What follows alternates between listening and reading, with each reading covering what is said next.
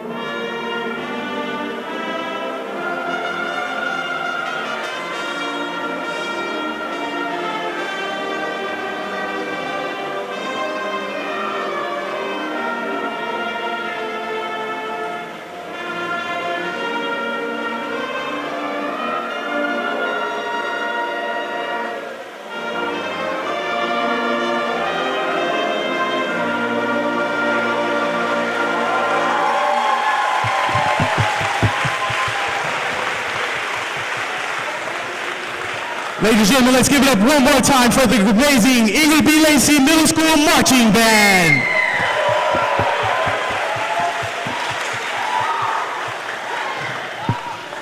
Ladies and gentlemen, at this time, please welcome my amazing bell ringer, Duke!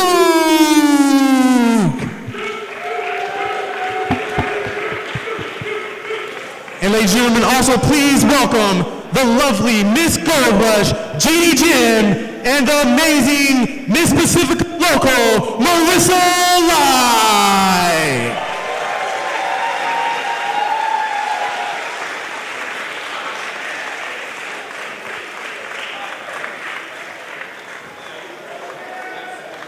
Now, ladies and gentlemen, please also help me welcome the great Kevin Gill from the Kevin Gill Show. Ladies and gentlemen, let's give it up for KG.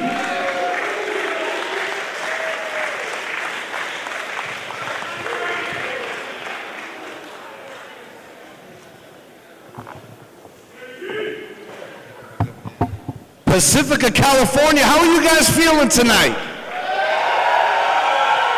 That's what I love about Pacifica. You guys keep it live, and what better time to be alive than Band Slam 5? Now, before we go any further, where would Band Slam be without the band? Give it up for the band, y'all. A lot of heart, soul, and talent is occupying not just the locker room, but also this band shell area on the side of the ring here. So much love to them. And so we got a lot of wrestling action in store for you all tonight. You guys up for some wrestling action? So here's how it went down. Will Roberts put out an open challenge for that because he's a Young Lions Cup winner. That challenge was answered by one and only Matt Carlos. Tonight, you get it, Carlos versus Roberts. It's going down, y'all. Now, it's gonna be hot now. Thank you. Now, the story everyone's been talking about is one that involves a man that a lot of people here have love for. I'm talking about Sparky Ballard.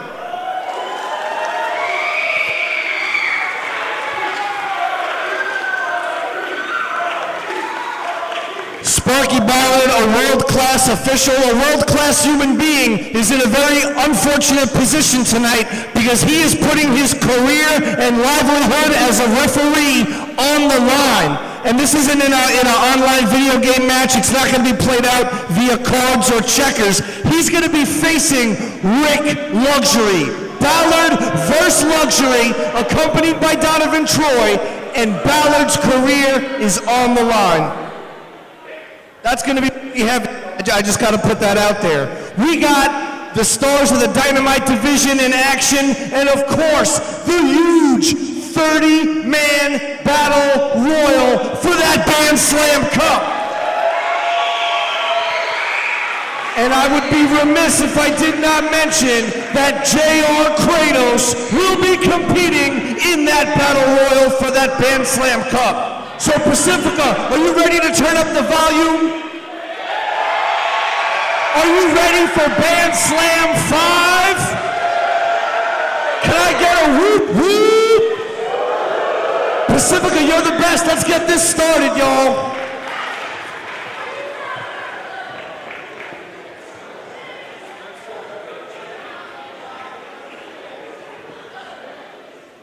Ladies and gentlemen, the following contest is scheduled for one fall. It is a battle of the Young Lion Cup's winners.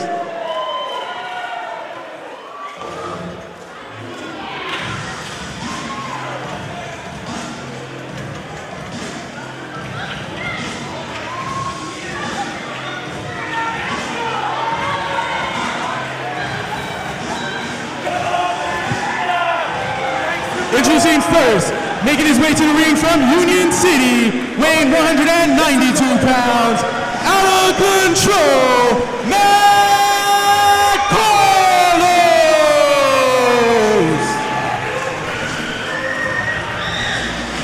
Dylan Drake, what a night it is here. Band Slam 5, your boy KG, Kevin Gill, joined by the legendary Dylan Drake. We're just underway here, match one of what I'm sure is going to be a very exciting show. Absolutely. We start off a show with out of control Matt Carlos versus the Young Lions Cup winner, Will Roberts.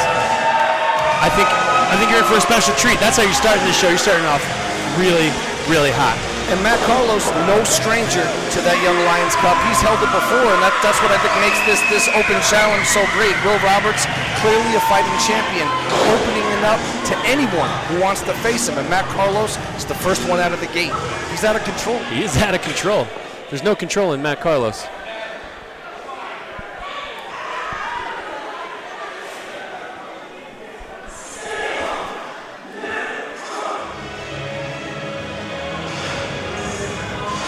And his opponent, making his way to the ring from Antioch, California, weighing 160 pounds, he's the current 2015 APW Young Lions Cup winner, the real deal, Will Roberts! The real deal, Will Roberts, holding that prestigious Young Lions Cup. Don't be remiss to notice that that PCW heavyweight title that he just recently won. He brought that out here for a reason. He's going to represent that as well. It's a huge accomplishment in California wrestling to hold that prestigious belt, a belt that's been held by many greats. And now Will Robert, that's how much of a rising star this kid is, if I could use that word, Dylan. Absolutely. I mean, he is a young lion after all. He is a young lion. He's risen to the top really fast. The last 6 months they've been great for Will Roberts. They've treated him really well.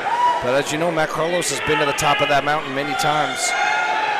Former Young Lions Cup winner, former PCW champion. Now, before we get started, Pacifica, there's just some things I gotta get off my chest. You see, when I look at Will Roberts, I gotta be honest, I see a little bit of myself. See this young up-and-comer here, you see that big trophy in his hand? That's because he's the Young Lions Cup, APW Young Lions Cup winner. Back in 2008, I was the first ever APW Young Lions Cup winner. Flash forward to right now, I see that beautiful PCW heavyweight title you're holding in your hands. Will Roberts, you want to make a challenge to any young lion? I gotta say, I want to put out a challenge because I am a former PCW heavyweight champion. You are the current PCW heavyweight champion. What do you say we give these people here in Pacifica a little something special tonight and make this match for that world title? Whoa. Raising the stakes. I like the way that sounds. Matt Carlos saying put up or shut up. All right, Pacifica, you just heard it. This match is now for the PCW Heavyweight Championship. Now, I'll be honest, I had a technical issue with my monitor here, Dylan. I did not even notice Will Roberts accept the challenge. I mean, clearly he handed that belt over. There it is. He's ready to go. Talk about a fighting champion. Sometimes discretion can be the better part of valor here. You know, you come in just preparing to have a challenge match against a former Young Lions Cup winner, and you end up putting your own PCW championship on the line. That's exactly what champions do, though. You got to be ready to go at any time. Will Roberts has proven himself right now. Now, let's see if he can get the job done against Matt Carlos. No easy task to try to take down someone like Matt Carlos. Out of control is the word, but very much in control of his wrestling ability. It's the style is out of control, but the technical bait, who knows slouch in his own right, is Roberts. Nope. Roberts there with a really nice reverse, got a nice tight hammerlock in there, but there goes out of control Matt Carlos, who's rolling right through. Carlos back to a dominant position here, just wrenching on that armbar. Both these guys are just kind of sizing each other up right now. Yeah, it's just that feeling out process can be so important. I mean, the stakes just got raised so high when you put that title on the line, so it's time to wake up, boys. Every hold has a counter, and we're seeing a great demonstration of catch as catch can style wrestling, Dylan Drake. One of my favorite styles. One of the many styles that fly under the banner of professional wrestling, a sport that Gold Rush Pro Wrestling is proud to represent worldwide via these YouTube streams, via these packed houses here in Pacifica, California. Look, very quick cover there. Catching Will Roberts sleeping a little bit. And it is something real special to be able to stream this live to YouTube for all the fans out there that can't be here live to witness just how great Gold Rush Pro Wrestling is in person. But you're getting it firsthand right at home, right on your couch. Right on your couch, right on your phone, right on your tablet. Who knows what unspeakable acts may be occurring in your home, but that's not for me to speculate on, Dylan Drake, because we got a match right here in front. Oh, look at that. Return the favor with emphasis. Carlos quick. Whoa, not quick enough to avoid that drop kick. Robinson, look, that was a big drop kick. That almost sent Matt Carlos right out of the ring. Oh, here he comes anyway. Carlos getting in the face of our camera crew at ringside here. Taking a moment to get himself psyched back up. Yeah, catch your breath, catch your breath. Create that space.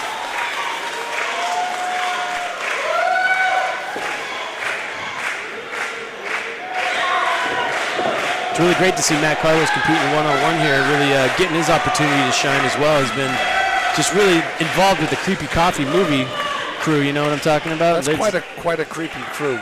It is a creepy crew. It'd be nice to see Matt Carlos kind of shine here.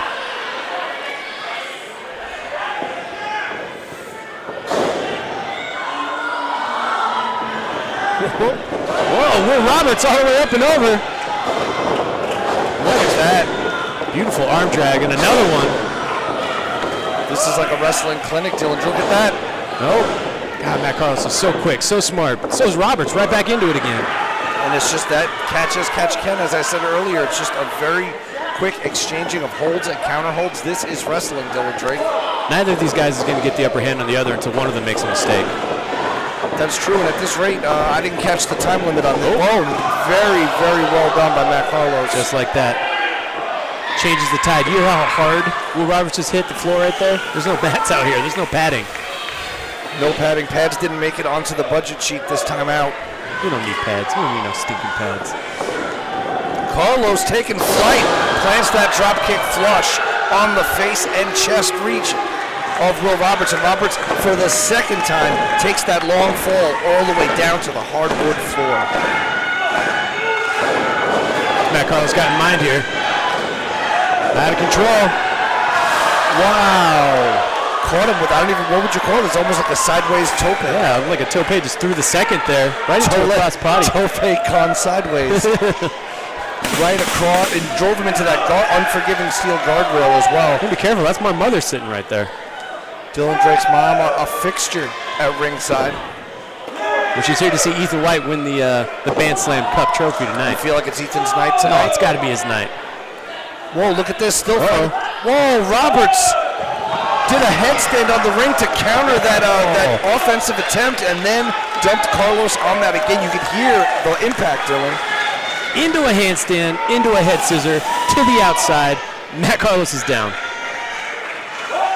Fans on their feet at ringside. Gold Rush Pro Wrestling, no one can do it better right here in the Bay Area, beaming out to the world, just like the Kevin Gill Show does. But we're not here to talk about the Kevin Gill Show, the #1 podcast in the world, bar none.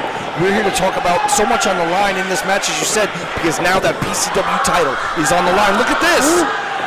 Robert's trying to torque himself around. Are you kidding me? He's like a human rubber band. Oh, God. Matt Carlos had him ready, though. Wow. Man, that Impaler DDT looked mean. Before you even, wow. Hooks the leg and no. I was going to say, before Will Roberts even knows where he's going, Carlos has it scouted. Carlos has it countered. 5 minutes has elapsed that head. in this contest. Impaler style. And there you My have favorite it. style of DDT. The Impaler. This thing's gross. It's the worst DDT to get hit with. Carlos now using his body weight to cut off the wind flow. Got something planned here, though. High impact lariat. Dylan Drake, a veteran of the Ring Wars. I see, hooks again with that cover. Didn't hit the leg, only got 2. But I was going to say, Dylan, as a veteran of these mat wars, I see you cringing at some of these moves. I see the impact registering on your face. It feels like your scars have memories. Yes, yeah. I know exactly what that feels like. I can literally feel their pain. And that was a little bit of a lazy cover, though, from Matt Carlos. I was a little surprised on his side there. Yeah, I don't know if Matt Carlos is underestimating Roberts. That's not a smart move to pull. Nice. What's he got planned here? Carlos now. Roberts is just knocked on Dream Street. loopy. Oh my goodness, drops the elbow right up off the top rope. Here we go. There's a cover. Carlos gets Wow. That was close, KG. Carlos now, I think, getting a little bit frustrated. He's putting it all on the line, but you could see it's taking a toll on him, possibly even more than his opponent. Well, Roberts fighting back, though. He's not down and out just yet. Tough kid. Yeah, he might be down, but he is certainly not out. Carlos with the Irish whip off the ropes. Roberts ducks under, up high, no! Carlos is ready for him. Carlos tried to counter it, but then again a counter for the counter in the form of the axe handle drop kick to the face. Quick cover here. Smart to go for a cover really fast like that. If you never know. Hook that leg. It only takes 3 seconds to lose, Dylan Drake. That is the truth, my friend. Roberts went up for that high cross body, got caught directly in the abdominal region. That's the thing, too. You never know where Matt Carlos is going to come from. He can literally pull anything out of anywhere. Now both men are down. Count of 4 here. The crowd here in Pacifica trying to rally, quite frankly, both competitors in this match. They seem just to be happy to be having this match like we are. Like you said, this is just the opening contest of Bandstand 5. Your boy KG, Kevin Gill, here with Gold Rush superstar Dylan Drake. Not in action tonight, except in the verbal action. That's right. Carlos, he got all of that one, Dylan Drake. That's Shoots gotta the be half it. there. I've seen him put people away. Unbelievable. That was unbelievable. This Will Roberts, I tell you what. That kid's got some heart. Matt Carlos is throwing everything he's got at him.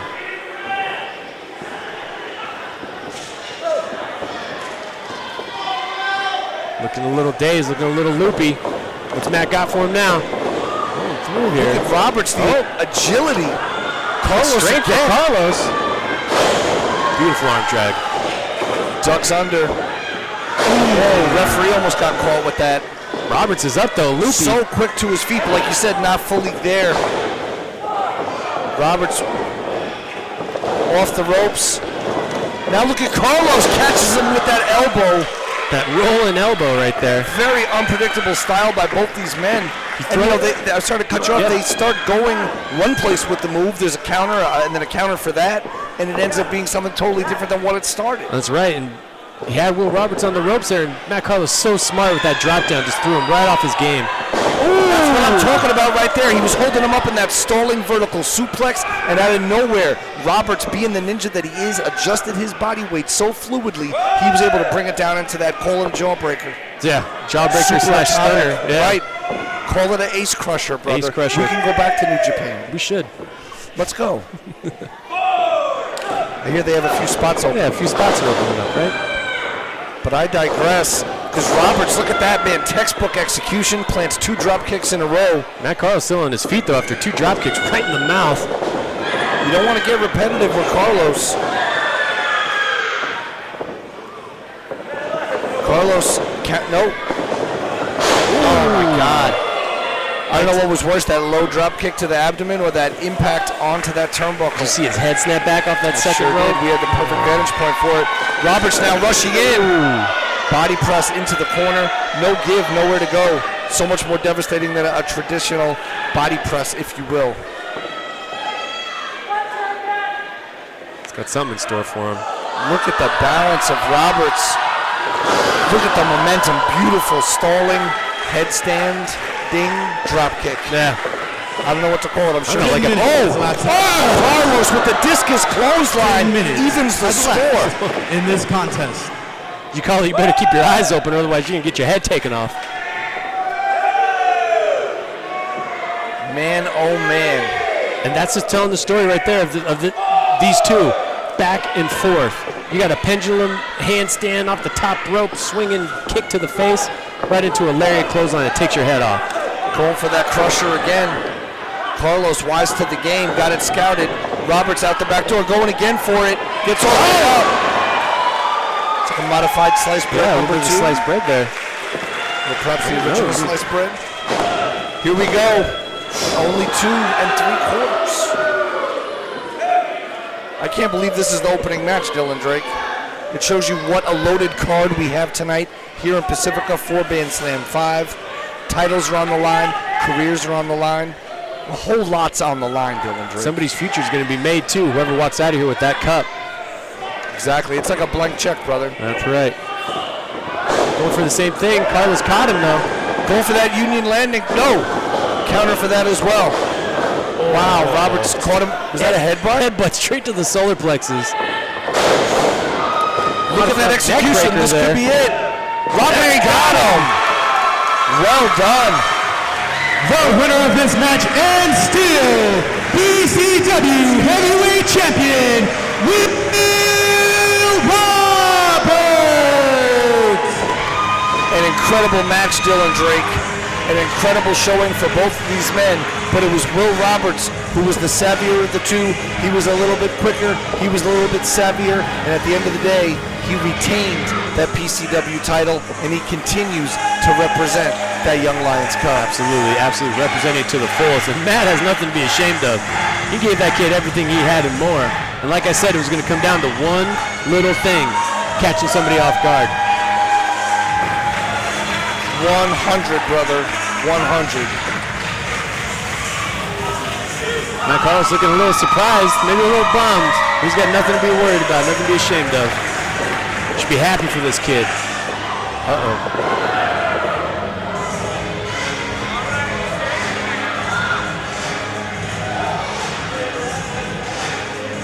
Having some words here.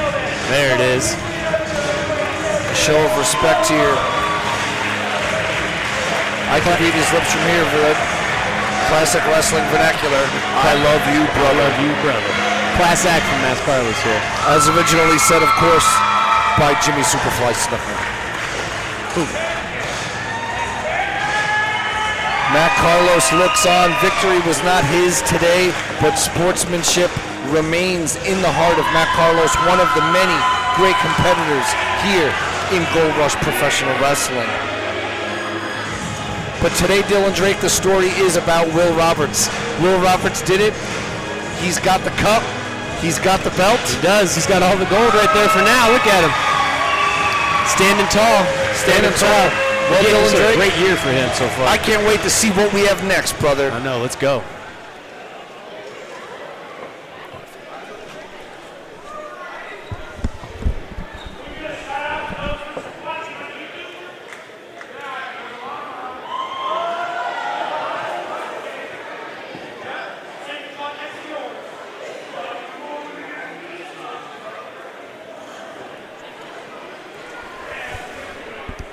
Ladies and gentlemen, the following contest is brought to you by Creepy Coffee Movie Time.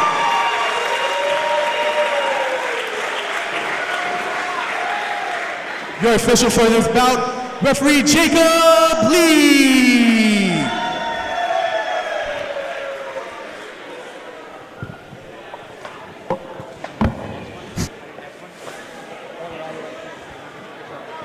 Ladies and gentlemen, boys and girls, lend me your eyes and ears, because I've got something to say. You know, Pacifica, California, and the resident cowboys have a lot in common. Half of you are kids, the other half are out-of-shape, delusional adults. I'm looking at you, Joe Hogan.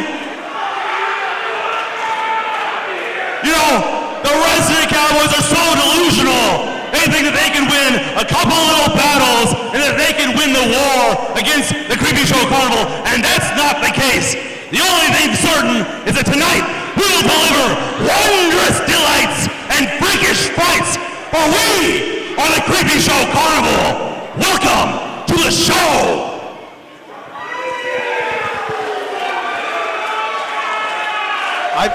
I believe I already welcomed everyone to the show, Dylan Drake, in that awesome Band Slam 5 opening. Clearly he was too busy not paying attention. You could hear the familiar tune in the air. You know what I'm talking about, Dylan Drake? That is, of course, Seven Nation Army, as played by the great Ingrid B. Lacey School Band. Let's just soak in this musical moment.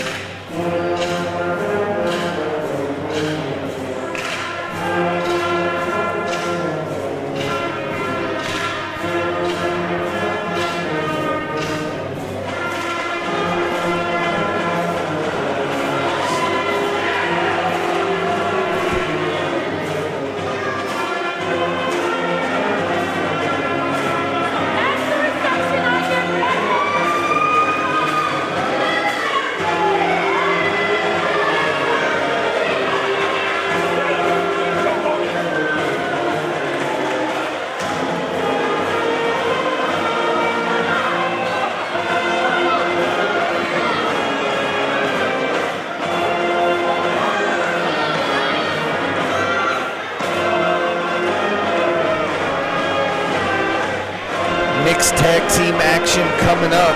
Kikyo's in the ring now, and Sin is just scaring people at ringside. I don't know, Hulkamania over there doesn't look too scared. Looks like he's ready for a little piece of Sin, I think. I think in his heart of hearts, the Hulkamania guy is scared. Yeah, if he was smart. Yeah, I wouldn't look at Sin, man. How could you look into that face and not be skirked? I refuse to look in that face because I am skirt. Don't be skirt at home. Sin will not find you.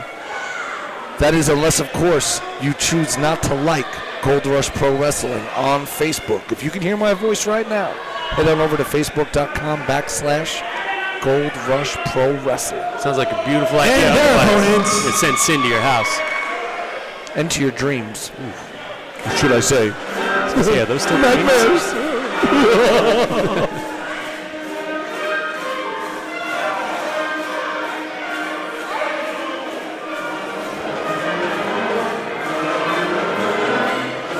Hear the theme floating through the air. Making their way to the ring from the NorCal Corral, being accompanied by Sterling, at a combined weight of 402 pounds, Cowboy Charlie and Dalton Frost.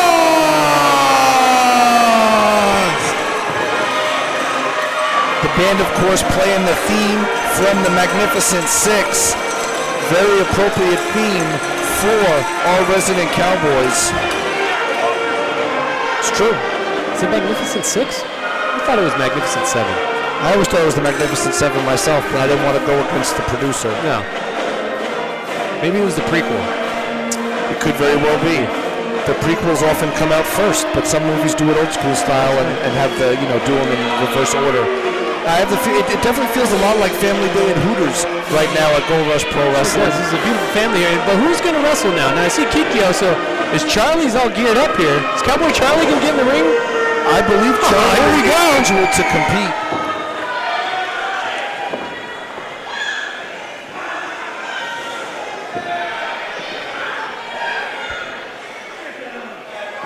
Match about to go down.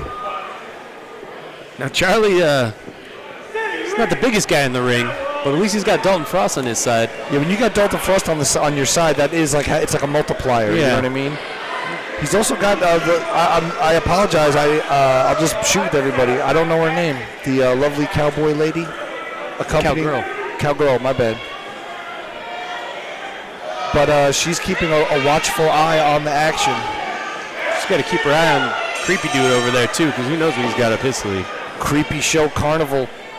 Creepy Coffee Movie Time, of course, a great show airing quite often over on that Coffee TV here in San Francisco and available online. I recommend you Google it. Put it into your Google cipher. Absolutely. Another great thing coming out of the Bay Area, just like the Kevin Gill Show. Just like the Kevin Gill Show, just like Gold Rush Pro Wrestling, just like Dylan Drake's T-shirts. There's a lot of good stuff coming out. All made in the Bay, baby.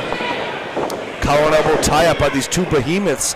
Very rare that Sin is in there with someone who's quite possibly just as strong as he is.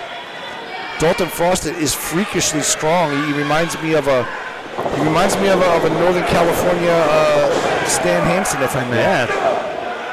Not moving Sin much there though. Nothing moves Sin. Sin wisely holding on to that headlock. I can't believe that Charlie is even eligible to tag into this match. It's kind of blowing my mind a little bit, but see, now when I saw on the format sheet mixed tag, I assumed the Cowgirl associate would be teaming with the big Dalton Frost. As did I when I saw Kikyo across the ring now, but Charlie's up there, and he looks ready to go. So. Oh yeah. Now Charlie, little known fact, Charlie got to the building at 10:30 a.m. today, ready to go, in his gear, fired up. I mean, it was convenient for Charlie because he does live in his car that he parks right outside the venue. But I digress, because of the mixed tag, to be clear, it is a male, or I should say it's a female, a monster, a cowboy, and a child, quite frankly. And a Cowboy Charlie. Cowboy Charlie. Charlie the Kid, call him what you will. I'm hoping Dalton Frost can just handle this whole match himself, but if he's on the receiving end of too many of those blows from Sin. Oh, here we go. The big cowboy throws him in the corner with authority, unleashing those big hoss blows. Jeez, so much power and weight behind those things. Happy to be at the commentator table instead of in there with either of those two big boys.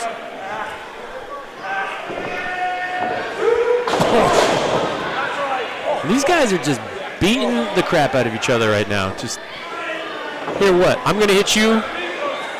I'm going to hit you back.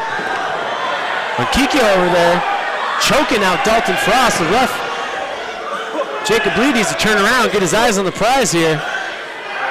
Sin just stalking Dalton now. Dalton just getting choked on the top rope. Someone tells me Sin doesn't cut his nails, so that back scratch right there. Yeah, that's how Sin cuts them. Is, you know, as he scratches people's backs, eyes, gouges their faces and noses and all of their openings, he just kind of naturally wears them off. Wears them down. But it's not hygienic, nor is it socially acceptable, nor, quite frankly, is it pain-free. But he's biting him now. He's just biting him. You see, and here's the thing, like, normally Dalton would go and he would tag, right? Right. But would you, as Dalton Frost, would you want to tag Charlie right now? How did you want Charlie to feed him to Sin? So Charlie on paper was like, I want to get in there with Sin and Kikyo. I guess so. I mean, he's been getting involved. You've Involved seen him. is He one knows, thing. he knows what he's doing. He can do a lot in that ring, but I mean, you got to imagine, the first time that Sin gets his hand on Charlie, it's over. man, I remember seeing Even Kikyo. Oh no, here she She's comes. a scary creature herself over there. Yep. Kikyo's calling for Charlie. I saw it posted on social media. I hope the kids Don't do it. Oh no. Wow, listen to the ovation. The crowd's ready to see what Charlie's got. I'm ready. Little Charlie soon may be the feature in like a 22. Oh no. And you see this, just the size difference. If this clip goes viral, allow me to say my name is KG Kevin Gill, host of the Kevin Gill Show, here with Dylan Drake. This is Gold Rush Pro Wrestling out of Pacifica, California. This is Band Slam 5. That's Kikyo, and that's Cowboy Charlie. Face down on the mat at the moment. She's just playing with them, like playing with their food. Yes, quite literally. I had sushi with Kikyo one time, and she definitely ordered more rolls than the combined body weight of young Cowboy Charlie. Look at it, just picks him up like he was nothing. Gorilla press. Charlie's up high, he's up high. What's happening? Charlie lands on his feet. He's like, come at me, bro. Cowboy Charlie up those ropes. Are you kidding me? Cowboy Charlie with that tilt-a-whirl arm drag. Into another arm drag. What's he got next? And I'm sorry, Dylan, that is Sterling outside the ring accompanying Cowboy Charlie and Delta Frost. I didn't want Sterling to not get her due. Sterling Silver, that's right. Quite popular Sterling Gold. amongst the Gold here Rush we go. fans. Oh no. Oh my God, look at that look on his face. The match. Charlie, tag Charlie. What, are you kidding me? Bronco Buster. Straight out of my homeboy Xbox book. Careful, Charlie, turn around. Oh. Oof, that was close. That was too close to call. Thank God. 5 minutes has passed in this contest. Back in the ring. 5 minutes. Cowboy Charlie very lucky to get out fully intact. Showing Pacifica in the world here. They just got some moves, though. That's never a good thing. Dalton Frost eats that turnbuckle, and now Sin sets him up for the huge belly-to-belly suplex. So much devious stuff going through Sin's mind. Big, huge splash. Good night, Dalton Frost. No! The only reason Dalton Frost could kick out of that is because of him being a massive man himself. If that was anybody else, I'm sorry. Match over. Game over. Done. Unbelievable. Not just game over, but you could probably need new tights after that one. At least a fresh pair. At least a fresh pair and a heavy double laundering in an industrial washing unit. But I digress, because look who's in the ring now, Dylan Drake. Kikyo showing no fear going right after Dalton. You know what? She's a bad, bad girl. She's just going to go right after him. We've seen the kind of havoc and chaos she's unleashed here in Gold Rush Pro Wrestling. And, that's the thing. She's in there as an equal competitor. She's that good or that bad, as you might call it. And now working in conjunction with Creepy Coffee, you know what I'm saying? Now it's a numbers game. And what's the ref here doing? You've got the Barker, whatever the heck his name is out there. He's got his hands holding Dalton back, and the ref's not doing anything about it. Yeah, the ref straight looking at it too. The ref might be oh, look at this. Kikyo very quickly makes that tag, trying to isolate Dalton Frost here, keep him from Cowboy Charlie. Just playing with him. You know you're in trouble when you got Sin standing over you, you got Kikyo holding your leg, and your only chance at salvation is a hot tag to Cowboy Charlie. I mean, what's running through Dalton's mind right now? He's dying to make the tag, but he doesn't want to do it, right? But I mean, Charlie just showed himself right there. He showed himself what he could do. But man, that kick from Sin. Right, but what can Sin do? Right, what can Kikyo do? We've seen them. They've spilled blood, they've broken bones, they've done a lot of things to a lot of people, not just here in Gold Rush, quite frankly. They about killed Shamrock. Oh no, Sin playing mind games here with Cowboy Charlie. It's looking like he wants to pick his teeth with Cowboy Charlie. Yeah, between Sin and Kikyo, Cowboy Charlie would be barely an appetizer. Headbutt. Straight to the solar plexus. Dalton Frost desperately trying to fight out, and that's so important. He's got to get out of this. Big elbow. Wrong corner, Frost. Wrong corner, Frosty. There you go. Try to get there, but I'll be honest, that was probably for the best. Yeah, Dalton Frost almost has to somehow get things back in his team's favor before he makes that tag. Sin unleashes that clothesline, and now look at him. Just taunting him, asking him to get in the ring. Cowboy Charlie might as well get in. It doesn't look like the ref would do a damn thing about it, quite frankly, Dylan Drake. I mean, the ref could be just as perplexed as we are.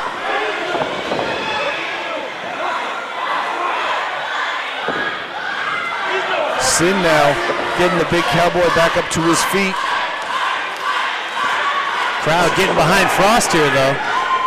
Frost, oh my God, the power.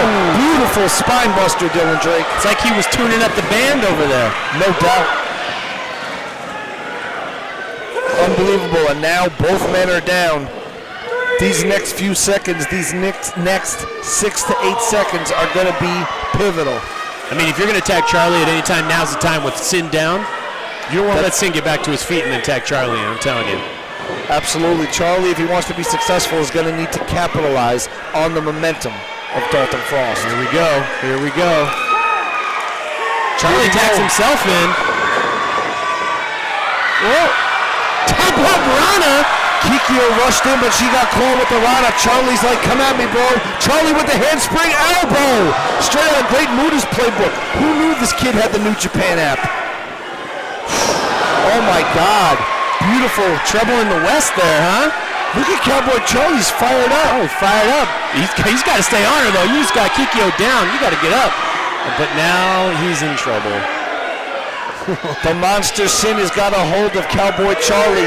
Photographer scrambling for what may be the last photo of Cowboy. Oh! Dalton Frost cuts him off. Frost. Watch out, Kikyo up here on the top rope. Watch out, Frosty. Ooh, high cross body by Kikyo. And we got Charlie up here. What the heck's going on?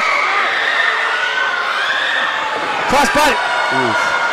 Charlie got caught. He almost split open like a wishbone in the process. He's in trouble. Just drops him. All that body weight. What's next? What's next? Oh, senton. Senton. Charlie's down. One, two, three. The winners of this match by pinfall, Kikyo and Sin! Wow, Dylan Drake, man. I don't know what to say. Did you see what just happened to Cowboy Charlie? Did. I hope he's okay. That poor little kid. You know what, though? He put up a hell of a fight. Man, did he? But it almost doesn't seem fair or sane for a child of that size I mean, to be competing. Who signed off on that? Who signed off on that? That's what I want to know. Did Charlie... Oh, and now here we go. The post-match beatdown. Not enough. Not enough to win the match. Not enough to squish a child. Not for the creepy carnival. I don't know what they're looking for. Sterling should stay away from that, Jay Braun. I think so. Sterling is like she's looking for a weapon herself or something.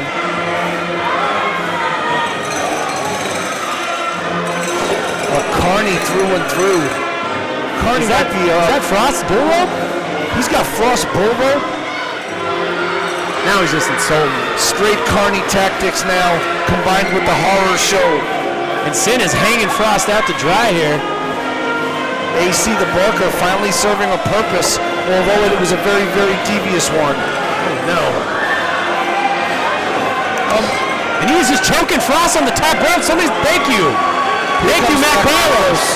If Matt Carlos wasn't in that match earlier, he would have been a part of this tag, I'm sure. I'd like to think. Carlos clearing house. Sin is out. The Barker is out. Kikyo's out. Got to check on Frosty on the outside there. He got hung out to dry. Could have done serious damage to his neck in just that short amount of time. Got a standoff here. Matt Carlos standing tall with Cowboy Charlie. Carnival's not too interested when it's a fair fight, huh? No, even when it's a 3-on-2, the Carnival's not interested.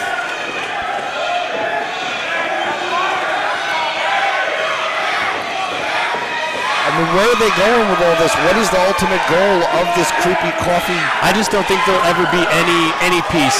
This will never be settled. Oh, here we go. He'll tell you all about it, I'm sure.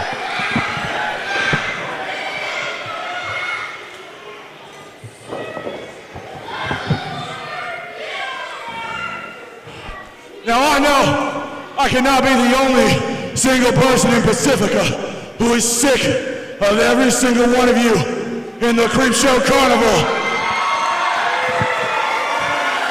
Over the past year plus, we've been playing by your rules and your games, but enough is enough, and I think it's high time you get a dose of your own medicine. So Sin, you big man, March 5th, at the gold mine, I'm gonna issue you a challenge to a Texas bull rope match. What do you say to that, big man? Texas bull rope match? See how tough you are when you're dealing with my wheelhouse. You think I'm afraid? Smart, you would be. A Texas bull rope match. It's a simple yes or no, Sin. Not a lot of thought involved. There's not a lot of thought involved in making that match either, but you're on. I'll see you March 5th. And on March 5th, next time that rope goes around your neck, nobody's coming to save you. See you guys in your nightmares. I don't want to see them at all. I don't want to see them again. I don't want to see them in my nightmares. Especially not when I close my eyes. They've brought a trail of terror all throughout Gold Rush Pro Wrestling. And I don't really know what to say about that, man. Cowboy Charlie seems to be all right now, Dylan Drake. Yeah, but what a match that was, man. What I saw it was a mixed tag. I had no idea Cowboy Charlie would be involved. Well, you can see Charlie's intestinal fortitude right now. Kid can clearly take a beating. So I think we got a lot to see from Charlie in the future here. There's a lot more still to come, and to hear that March 5th, it's going down at the Gold Mine, bull rope match between Dalton Frost and the big evil man Sin. What are your thoughts? My thoughts? I think Sin's in for a world of hurt. Think about it. Dalton Frost, the Texas Hangman Dog, is that the guy you want to get in the match, a bull rope match with? No, he's the master of the bull rope match. Well, you know what, Dylan Drake? We're just getting rolling, so we'll be back with our next match in just a moment.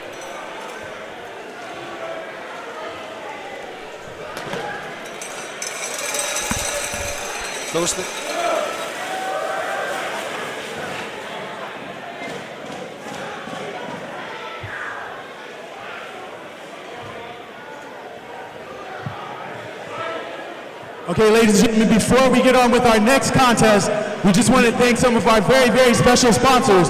So ladies and gentlemen, let's give a round of applause for Lindemar Round Table Pizza. Let's also give it up for All Industrial Electrical Supply. Museo Electric.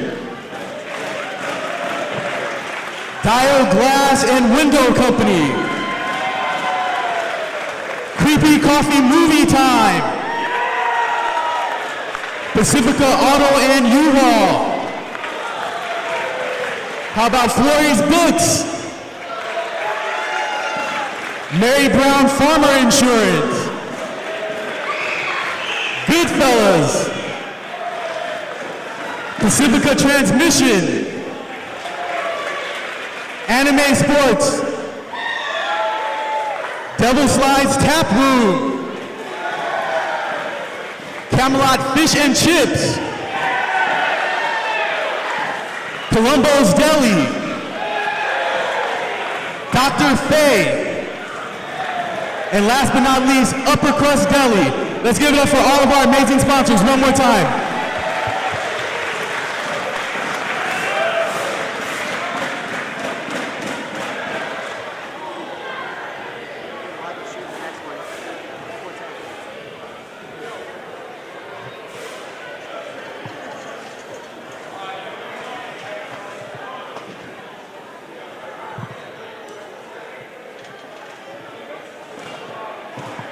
The following contest is brought to you by Dow Window and Glass Company. Your official for this bout, referee ODB.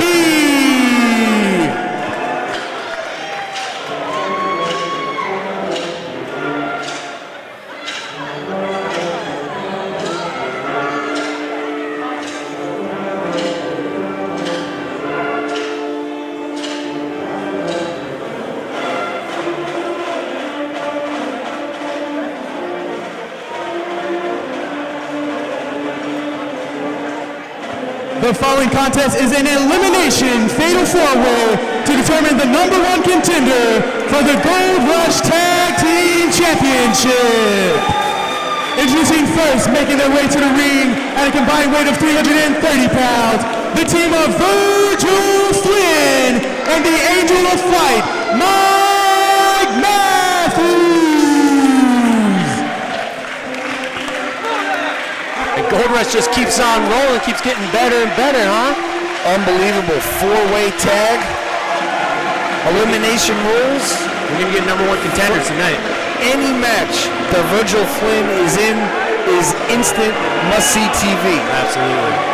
And him and Mike Matthews, they've been nothing but on the opposite end of the ring together, and these two have amazing chemistry.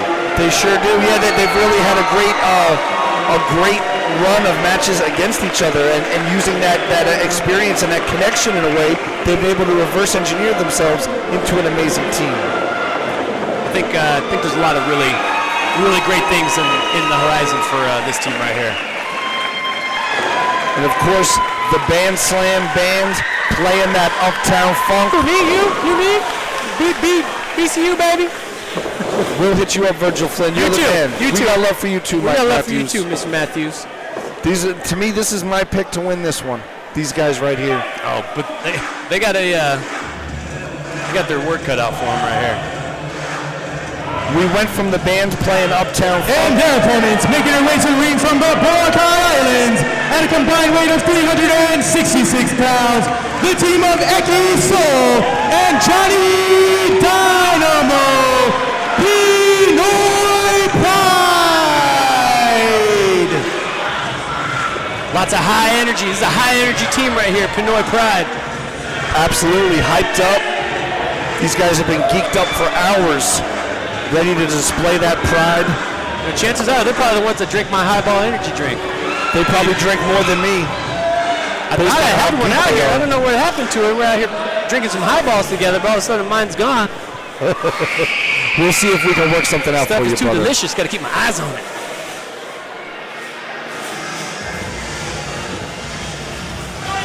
And their opponents making their way to the ring from Sky City at a combined weight of 300 pounds, the team of Aaron and Christian, the Sky Brothers. This is shaping up to be a really fast-paced match. This is going to be a war for the ages, and a very formidable team is still about to make their entrance.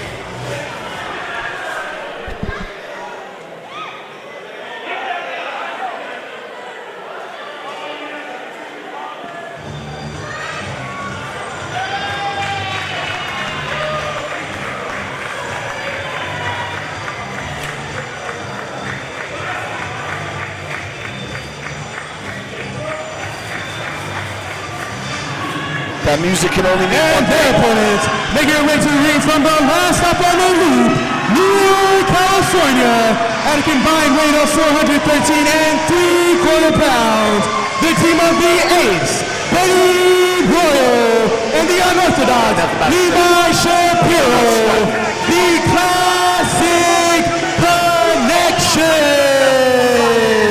The Classic Connection, one of the more talked about teams on the whole Western Seaboard. They've been out on the loop for so many weeks making towns, they don't even maintain home addresses anymore. Every day, another show, another city. I think their home address is the Loop. I agree. Hashtag the loop. Classic Connection got some very formidable teams in there to square off with. But these guys are smart. They are by far the smartest team in there. These guys have worked together, they live together, they work out together, they shop together, they eat together. They probably date the same women. You know what I mean? Absolutely, if you call it dating. Yeah. Mike Matthews representing blood, sweat, and wrestling. Grappler brand athlete right there. And for good reason, too. I like how Mike Matthews very respectfully throws his shirt near the commentary table, but doesn't throw his shirt all over the commentary table. Because that, my friend, is too far. We got highball over here, we got all kinds of beverages, notes, monitors. Some of us have highball over here. Very sensitive electronic equipment, tons of it. Referee doing some last minute checks here. That referee's got his hands full tonight. Should probably have at least 2 or 3 referees out here for all this action. I couldn't agree more. That's something, I think with Sparky's career being on the line later tonight against Rik Luxury, I feel like it's just one of those things that slips through the cracks, baby. And that referee can check that glove all he wants, because he'll never find anything in there but one of the most dangerous weapons in all of professional wrestling. Which is, of course, the fist of Levi Shapiro. The gefilte fist. The gefilte If you fist. will. Is that official? It is now. It is now. Golden Boy says it. Hashtag Golden Boy says it. We're glad you're tuning in, whether it's live or later on via the magic of, call it on demand via YouTube. It's there anytime Power you of want the to. internet, if you will. The power of the internet is going worldwide thanks to Al Gore. And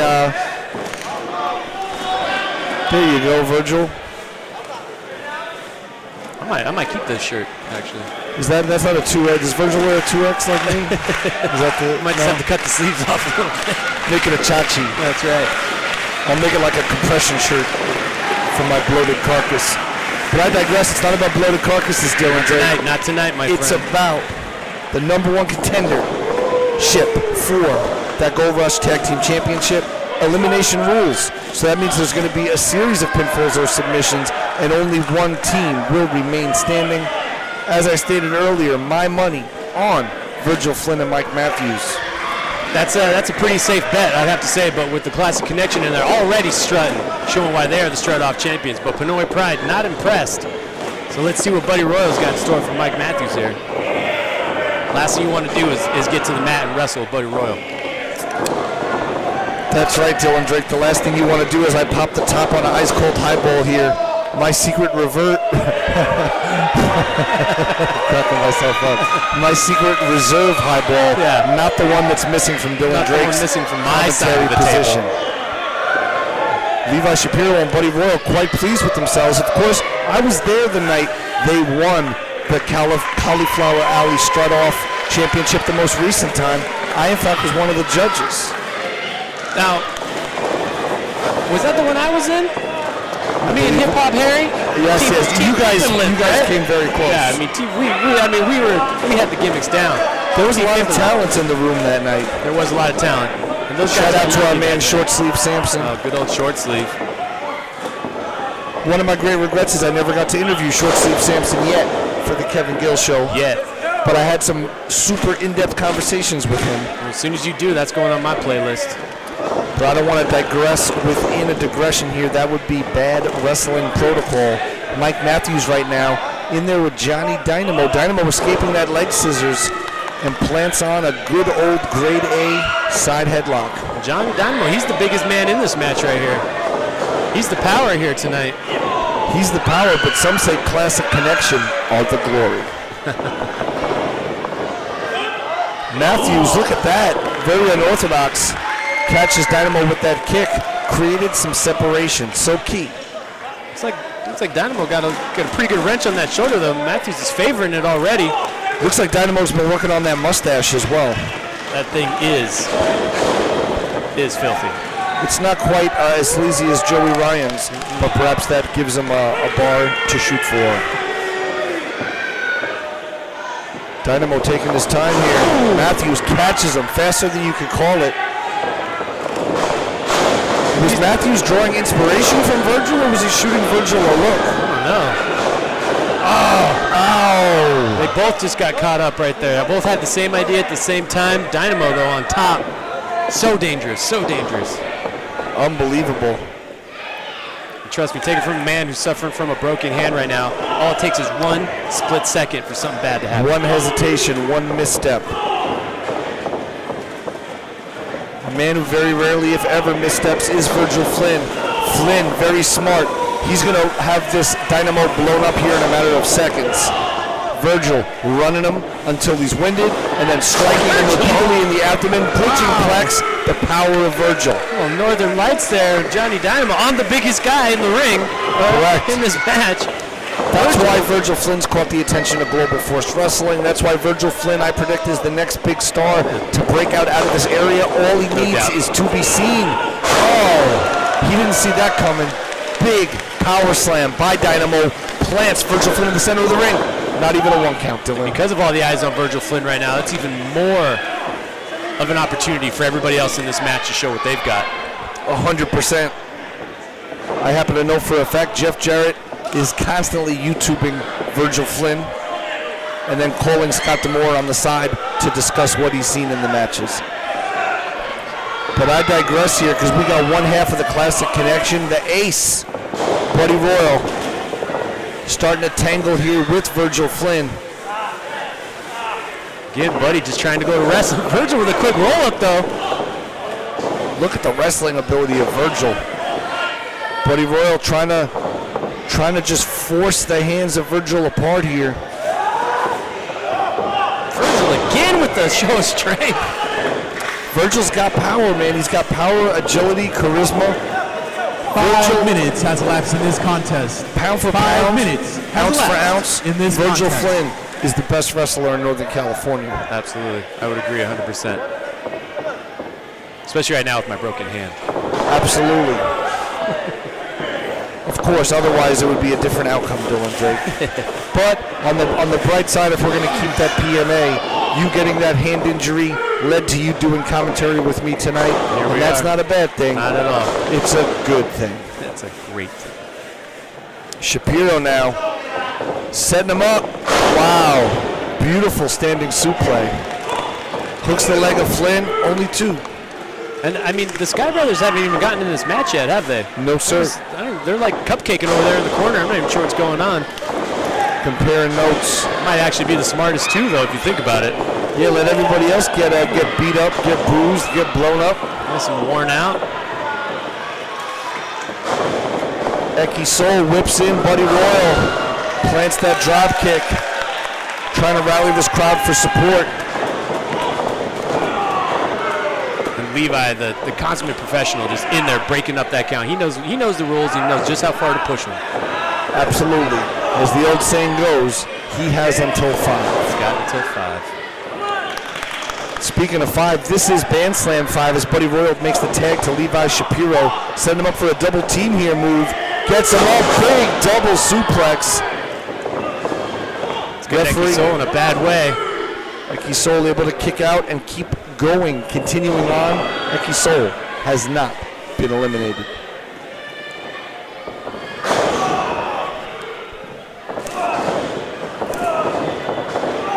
Shapiro cuts off Eki Soul with a knee right to the midsection. Very quick tags here by the Classic Connection, and that's a great cornerstone of tag team wrestling. If you want to win, keep those tags frequent. Looks like they're just going to cut the rest of the ring off here and just keep Eki in their corner, just beat on him until he's got nothing left. Sky Brothers currently discussing new pants designs. Oh, but looking to get involved now. Curious decision there. Buddy Royal, a very curious decision in a match that is under elimination rules. Yeah, I think you'd want to let him just get pinned, right? That counted as a tag. Very interesting. Maybe perhaps a little mind games there. I think he might have made contact with his hand. We apologize. Our monitor is down tonight, so we are calling this the best we can. But what we see may not match up with what you see on the screen. And for that, we apologize. But Eki Soul isn't going to apologize for that high-paced, high-flying offense, but then just like that, cut off. Soul got a little too excited there. Got a little too big for his britches, and Sky put him right back down. Sky Brothers now using these quick tags. Stepping on his own brother like a stepping stone and unleashing that clothesline. Now what? Snapmare sets, just a cavalcade of kicks, followed by a senton. Or modified swanton? Modified swanton from off the back of your brother? I don't know, either way it was effective. It was effective. Eki Soul could be in trouble here. And you know, these Sky Brothers have went from not even being in the match to being a major part of it.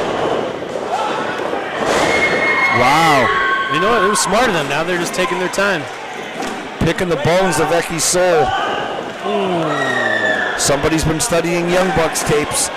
But I digress. Look at that beautiful roll-up out of the corner, but he's not done yet. Ref opting not to count any part of that pinfall. He made the tag, so he couldn't make the the pinfall there. He couldn't count it. Touche. But I think maybe even the Sky Brothers there might have been a little confused with the pin. Because why after such a big move like that wouldn't you go after it? You would think they would. Virgil Flynn and Mike Matthews now having some fun on the ring apron. I think they're just going to let these guys go at it.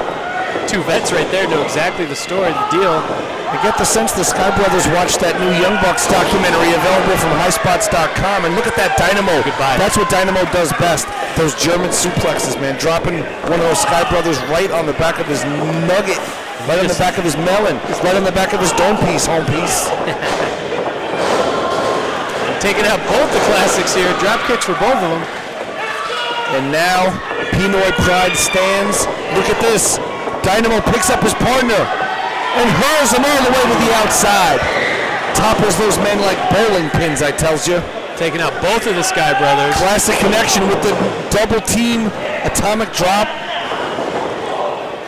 The ref has just lost all control, just like we knew he would. Here comes Matthews, the angel of flight. Way up and over. Big back body drop. Now Virgil Flynn drop kicking both of the classic connection down to the outside. And oh man. He's got something planned. Here we go. Keep your eyes on straight. Virgil Flynn rallying this capacity crowd at Bandslam 5. Pacifica may never be the same after this one. Oh my God! Virgil Flynn's head made contact and it didn't slow him down at all. Springboard shooting star prep. Watch out, here we go. Sky Brothers back on top. Sky Brothers working very well as a team. There's a pile of broken bodies outside the ring. I can't believe Virgil's still continuing. Wait a minute. Here come the Sky Brothers. What the hell are they setting up for here? Are you kidding me? Oh my God, he dove through his own brother's legs like a missile.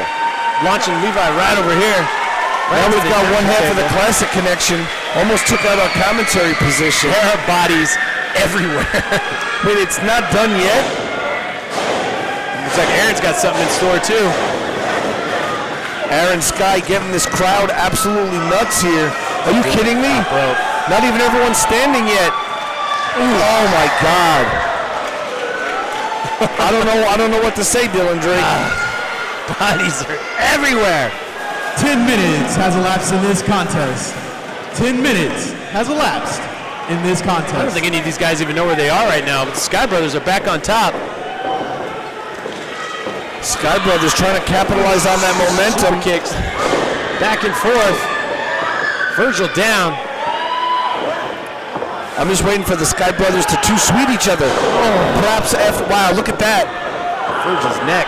Wow. Right into a cutter. Beautiful, well done. Are they even the legal men? Is the ref going to count this? Apparently one of them is. Wow. Virgil's so tough too. You can't keep him down like that. These Sky Brothers just don't stop, brother. Perched up high.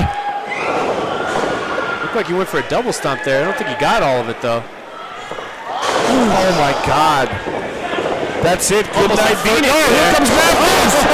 Oh my God, did you see that? Right on the back of Aaron Sky's head. Ooh. Super kick. Wow. Neck breaker. Hangman's neck breaker followed by the super kick. Dynamo. Man, these Sky Brothers are impressive. Dynamo's had enough though. What's Eki got planned? Oh God. Eki with that modified Pinoy blockbuster. Got him. And Aaron's out. Sky Brothers are gone. The Sky Brothers have been eliminated. Classic connection in Pearl Harbor style attack into capitalize. Sky Brothers going to go back and watch a little bit more of that documentary, a little bit more tape. See where things just exactly went wrong. Doesn't stop the action though. Wow, Classic Connection came in with the Pearl Harbor job, but Buddy Royale already on the receiving end of an Eki Soul beating here. Turn, whoa! Look at that! Got him down, what's happening? There That's you go, it. Pinoy Pride out! Pinoy Pride has been eliminated. Buddy Royale got the pin. Now Oh, the Eki Virgil Soul. Mike Matthews versus the Classic Connection.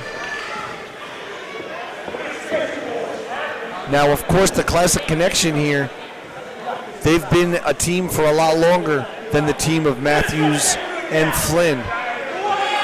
But I think just the magic that happens when Flynn and Matthews are together is what's going to bring this match to the next level, and it's what I think is going to move Flynn and Matthews in to that title contendership. Number one spot. Doesn't matter how long any of these guys have been together. You can tell that all these guys are veterans in this ring. The way they just slowed that right down. They knew what was happening. Everybody was getting tossed. Everybody's getting pinned. Everybody's getting hit. Everybody just slowed the pace down, and now they're getting right back to level playing field right now. Because guess what? It all begins again right now. Now it's a single fall, sudden death, if you will. That's right. Two teams stand, one team will remain, and we'll go on March 5th to get that shot at the gold, that shot of immortality that can only come when one holds a Gold Rush Championship belt. Beautiful belts, by the way. Wow, those tag titles are beautiful. Shapiro saying that Matthews is too sweaty. Demanding the ref wipe him off and then using it to cheap shot him. Smart, super smart. Matthews is hot though. The Chicago native. God, look how sweaty he is. Well said. And there's Royal. Oh, Shapiro got all of that right under the chin. That could be it. Good night, Matthews. New number one. No! That crescent kick took his head off. I can't believe that wasn't 3. I already was imagining the post-show victory promo from Shapiro and Royal. I imagine there's probably a lot of strutting in that imaginary. I would imagine there's always a lot of strutting with these two. Shapiro now cutting that ring in half, as you said earlier, Dylan, makes that quick tag, or allows Buddy Royal to tag himself in. Buddy Royal just in to pick the bones of Matthews. You know, look at that, just 15 minutes choking has him on the elapsed in ropes this right in front of the ref. 15 Now, minutes has elapsed. using that in this towel to contest. gain additional leverage. These guys know exactly what they're doing. These masters of their craft. So dangerous. Shapiro with that headbutt right to the kidney. They're just beating down Matthews now. He's got to get something going here. Matthews goes for the Inseguri, nobody home. Nobody home. Little back mule kick there, little flip through it. Got Virgil in. Here comes Virgil, here comes Buddy Royal. Virgil up high. Whoa. I can't even call that what it was for the family-friendly audience in Gold Rush Wrestling. But Virgil Flynn, unstoppable. The fuse has been lit, and Flynn is about to explode. That smaller body frame of Virgil Flynn not getting the job done that time. Not enough to take over these two men into a pinning situation. Might have been one of them. The weight might have been enough. The momentum might have been enough. Not for both of them. Shapiro now setting Virgil up on that top rope, while Buddy Royal does the same with Mike Matthews. What do you think the connection's got planned here? You got them both up in the corners there. We can see a double superplex. Is that what's going to happen? It's like that's Here we what go. they want to happen. Double suplex met with a double counter. Buddy down. Levi down. Look at this. Keep your eyes Into open, the fight everybody. of Virgil Flynn. Oh, wow. That's got to be our 1, 2, 3. The winners of this match and new number 1 contenders for the Tag Team Championship, Mike Matthews and Virgil Flynn. Flynn and Matthews are about to go to the mountaintop again. They've got momentum on their side, time is on their side, and now it's official. They are the number 1 contenders, and I would certainly speculate March 5th at the Gold Mine, they're going to get their shot. I mean, look at what's setting up for March 5th already. What do we have? We've got a bull rope match. All right? What do we have? We have new number 1 contenders for the tag team titles, and they will get their shot on March 5th. Unbelievable, Dylan Drake, unbelievable. 4 teams entered, 1 team left, and that team, of course, is Mike Matthews and Virgil Flynn. I don't want to say they overcame the odds, because they were probably odds-on favorites going into it. Well, hey, you made your money back. To me, they were going to be the surefire winners, but again, I don't like to give the Classic Connection too much credit, because it goes right to their head, Dylan. Yeah, absolutely. But you know what? The Classic Connection, you can give them all the credit in the world and go to their head as much as they possibly can. The fact of the matter is those guys get it done in the ring, all right, whether you like them or not. Absolutely. You don't have to agree with the methods to respect the results. Classic Connection didn't get it done this time, but Virgil Flynn and Mike Matthews did. They're the number 1 contenders, and Band Slam 5 rolls on.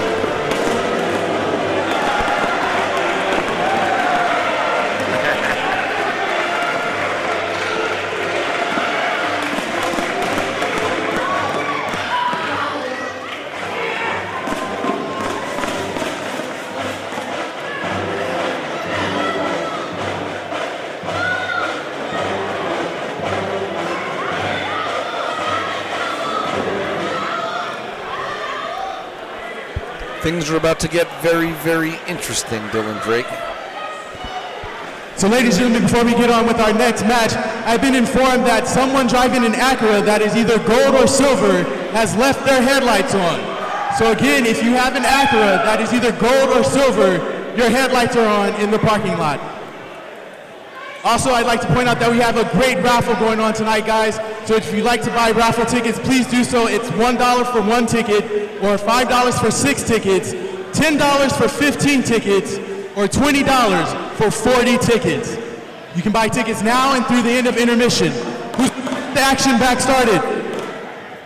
Are you guys ready for the next match? The following contest is brought to you by Boyce Electric. Shout out The official for this bout, referee Peck Woods. Gonna give a shout out to our friends at Museo.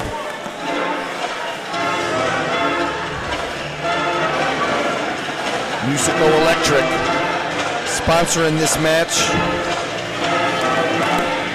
Ladies and gentlemen, the following contest is to determine the referee career of Sparky Ballard. Damn. Introducing first, making his way to the ring from Pacifica, California, weighing 200 pounds, Sparky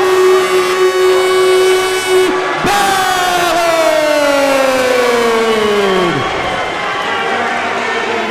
Eye of the tiger, indeed. Sparky Ballard has the heart of a lion, but let's just say in-ring combat is not something that Sparky specializes in. Sparky's reffed all over the world, not just here in California. I mean on other continents, on planets of their own, like the Gathering of the Juggalos. Sparky's been there, done that. Wow. I've never seen him in a wrestling gear before. Sparky Nasingi, he's taking it seriously. Good for him. But unbelievable that his career is on the line and the deck is completely stacked against him. And he's going to get in the ring right now with a very, very dangerous, very bad man. It's amazing how politics, manipulation, and all the stuff that Donovan Troy and Rik Luxury have unleashed, how it's affected the life of Sparky Ballard, a man who, he has a family to feed, you know what I mean? And it's not hard to feed, it's not easy to feed a family on a referee's salary. Then imagine losing that salary. And his opponent, being accompanied to the ring by lawyer Donovan Troy from Sin City, Nevada, weighing 234.25 pounds, wrestling personified, Rik Luxury. Wrestling personified, deviousness personified, psychology personified, Evil personified. Rik Luxury, such a vendetta against Sparky Ballard, against Gold Rush Pro Wrestling, and now that he's hooked up with this high-powered and high-caloric intake lawyer, Sparky Ballard's on the ropes, literally, Dylan Drake, fighting for his career. I know you're getting emotional right now. You're choked up. Sparky Ballard's been a friend to you. He's been a friend to wrestling for a very long time. That's right. And I know how much joy it brings Sparky to do what he does best. To be the zebra, to be checking for chokes and counting shoulders all night long, Daddy. And tonight it all could end. And we've seen Rik Luxury pull every kind of devious tactic you can imagine. He's a master manipulator. And He is a master, and all that polyricking is what's gotten him here today. What's got Sparky in the ring right now, willing to put his job on the line. Sparky, the only thing that Sparky loves more than his family is professional wrestling. Yes. And there isn't a single and it's a very close. Yeah, it's a fine line. You have to get into a microscope zoom in order to see The difference. Yes. The level, the different level, absolutely. And there isn't a single person on this coast or any coast that doesn't know the name Sparky Ballard. Very true. Coast to coast, his name is ringing bells. And now, man, the thing is, Rik Luxury, aside from all the deviousness and whatever, that's what's on the line. Stripes on the line. Not just the shirt, obviously the shirt representative of the career, the blood, sweat, and tears, the hours on the road, being paid in processed foods. Couldn't help but notice that Sparky's got the golden glove on. That glove that's cost many a matches, trust me. The glove that's been a thorn in my side. Absolutely. I wonder if it was smart for him to bring that, to be honest with you. I mean, he's not gonna let him keep it. Well, Sparky needs every advantage he can get here, because it's not like, oh man, a child just hit Rik Luxury. Rik took that one kid's balloon and popped it right in front of him, making kids cry in the front row. Is Rik Luxury. Disgusting human being. Luxury, so devious. But here's the thing, aside from all the... Hold up. Sparky's got some words for Rik Luxury. Now this might be my final last words here in a Gold Rush Pro Wrestling ring if I don't get those stripes back. But you know, over time as we were leading up to this moment, Rik Luxury, I realized that I'm not just having this match to get my referee career back. I'm doing it for every referee that you punched. I'm doing it for every fan out here you disrespected.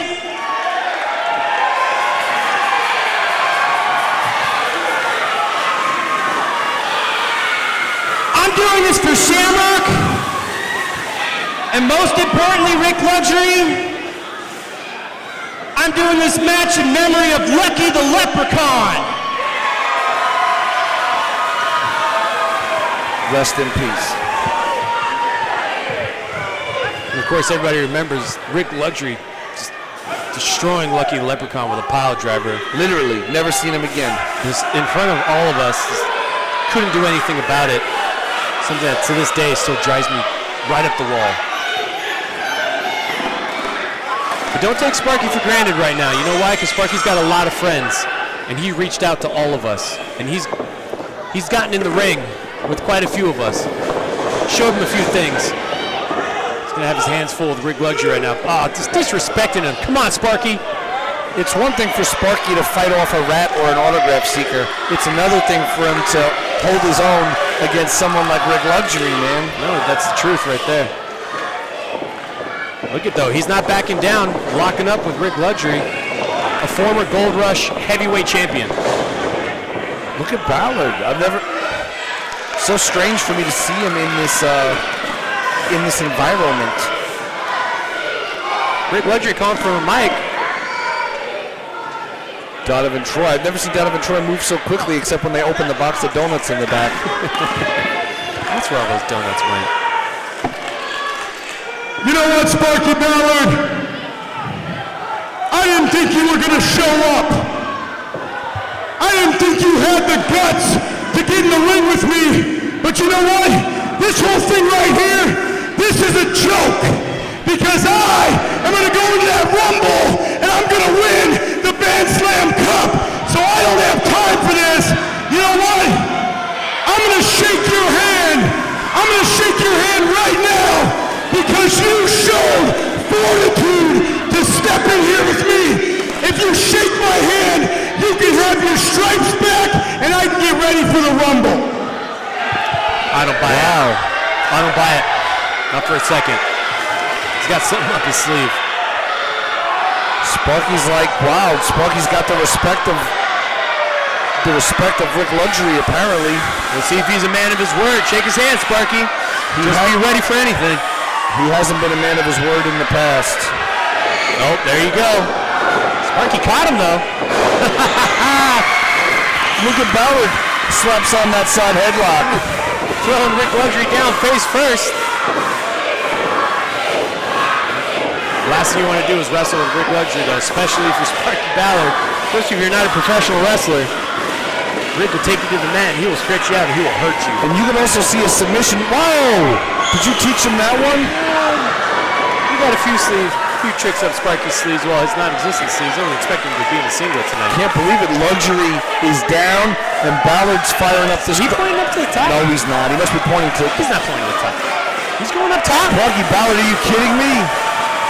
Sparky Ballard. This is not anything we went over. Perched up on the high up top. Oh, Sparky takes them both down. No fear. Yes. No fear. Clearly the crowd behind Sparky, as they should be.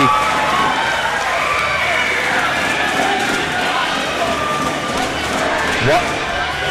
Wait a minute. I hear music. Is that? I don't know what happened there. A little technical difficulty, maybe. I don't know if it's trying to distract. I'm not sure. I wouldn't put anything past Rik. Sparky just. He's back body dropped Rik right over the guardrail to the crowd. I couldn't fully see it from this vantage point, but essentially, yes, I couldn't see whether it was a back body drop or a fireman's carry. But either way, What is Sparky doing now? Is he going on a track? Is he climbing on top of the railing? He's standing on the guardrail. Sparky Ballard with the balance of the Undertaker. Beautiful double axe handle straight out of the Macho Man Randy Savage playbook. And the referee, much less gracefully, makes his way. And now they're fighting through the building. Oh, God, I hope Donovan Troy tries to go over the railing, too. Oh, that's going to be good. Someone's going to have to pour him under the railing like a flat soda. They're fighting around the building, Dylan Drake. Making a mess of things. Donovan Troy's up and over. He's over the railing. Reminiscent of Brody versus Abdullah, Tokyo Dome 81. Y'all remember how bloody and gruesome that match was. Now I apologize. I can just hear sounds of chaos. I hear screams. I hear thumps and bumps. Oh my, that sounded terrible. I hope that wasn't Sparky. I hope that wasn't Sparky.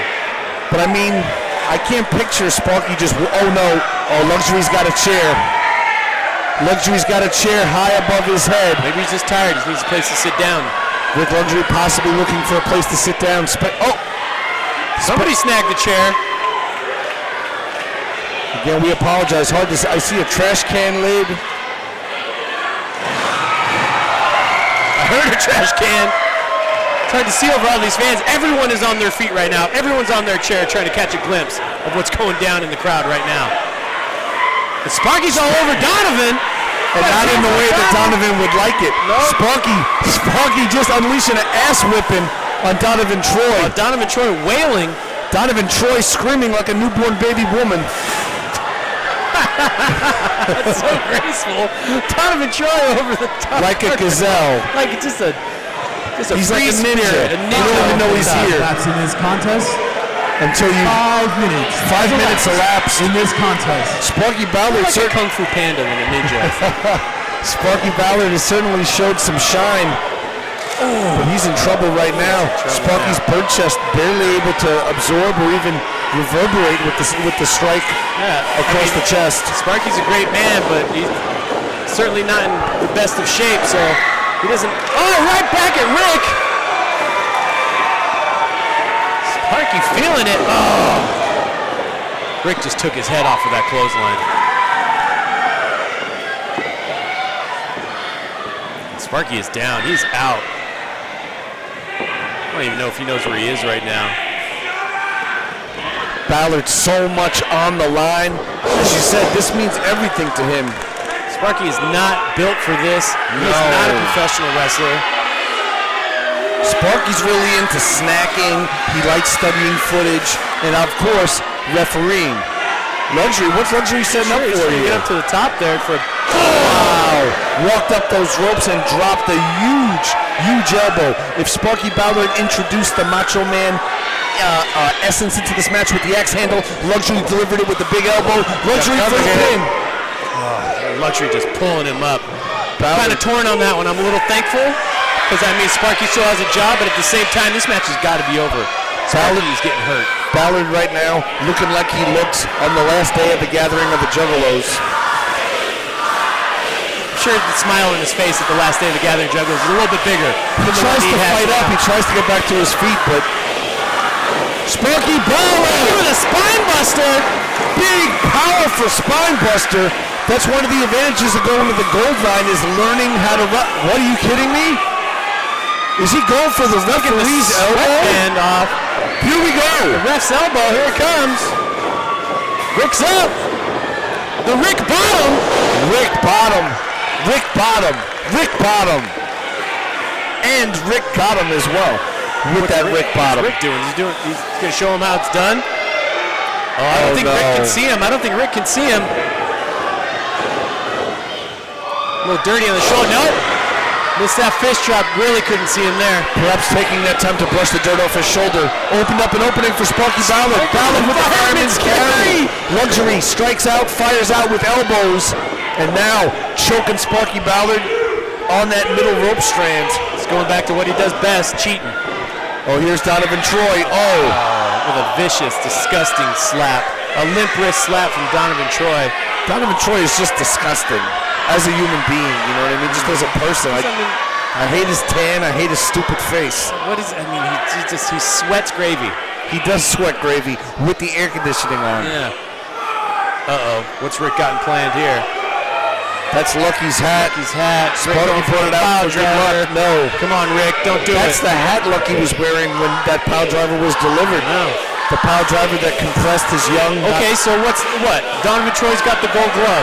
Really, Rick? Come on. You don't need to do that. Ref just got going pumped after out. the ref. There it is again. What is it? Hey, look! Look who's back! He's okay! Wait a minute. Is this like hologram Tupac? How do you know that's not a hologram? He's okay! Donovan Troy in pursuit. Luxury is Chasing Lucky distracted. around the ring. Sparky is out, getting some much-needed rest. And there goes Lucky, and there goes Donovan. Donovan Troy just burned 10,000 calories There they running go. around the ring twice. Rick looking over here, cut the music. Wait a minute. Dylan Drake leaving the commentary position. All this is doing is buying Sparky some very valuable time. Time Sparky needs. Dylan Drake just exchanging words, not blows, due to that injury. Luxury, no, Sparky, boom! With that gold miner's glove. Sparky's got the cover, get a referee out here. It's El Sparko, 2, 3! Ballard is headed. Of his mouth, Sparky Ballard! Unbelievable. History has been made. The career and life's passion of Sparky Ballard will continue. His work as a referee, as the senior official of Gold Rush Pro Wrestling, will continue. His morals cannot be compromised, and as you can see, his relationships run deep. From Dylan Drake to Lucky the Cowboy to all the fans of Gold Rush Wrestling, they've all got Sparky's back. But now Donovan Troy is in Sparky's face. Whoa! They call that, some people call that the stunner. Eye of the Tiger has never seemed more appropriate. Lucky's back, Sparky's not going anywhere, Luxury's down, Troy is unconscious. I'm sorry, I had to go check the ring, make sure the ropes were tightened. I just want to make sure it was safe in there. Look at Sparky Ballard, surrounded by friends, family, well-wishers, admirers. Sparky Ballard, are you kidding me? Taking that victory lap all the way to the top of the Ingrid B. Lacey School. Sparky Ballard has made Gold Rush Wrestling history once again. He rose to the occasion, he stood tall, he refused to fall, and Sparky's work will continue. And now he's standing tall. Look at him. Sparky Ballard just pinned a former Gold Rush Pro Wrestling heavyweight champion. Add professional wrestler to the resume of Sparky Ballard. But if I was Sparky Ballard personally, I would retire after this one-time match. Because the thing is now, you got your job back, Sparky, but I'm sure when Rik Luxury regains consciousness, when Donovan Troy receives an IV full of Kool-Aid, and both these men fully resuscitate, I think there's going to be one thing on their mind, and that is payback. Absolutely, absolutely. Just because Sparky's standing tall tonight doesn't mean he can turn his back on Rik Luxury. You better keep his eyes open. Luxury on Dream Street has no idea where he is. A little taste of that gold glove. Doesn't taste so good, does it, Ricky? Luxury having trouble trying to piece these steps together here. Almost took the set over. That's right, he'll find his way. He'll find his way. And here we go, Donovan with that custom wail of his. I think that's like a mating call of some kind. I don't know what it is, quite frankly. I was hoping he would trip over the camera wire of our intrepid cameraman. History has been made, but there's no time for us because we're going right back to the ring. Right back to it.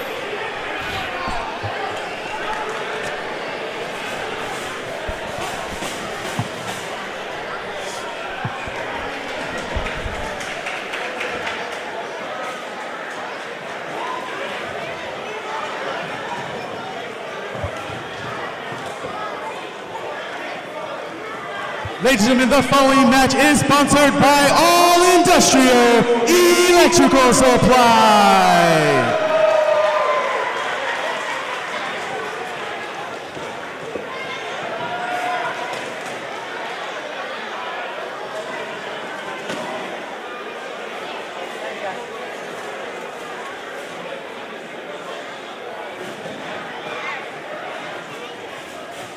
Your official for this bout, referee Jacob Lee.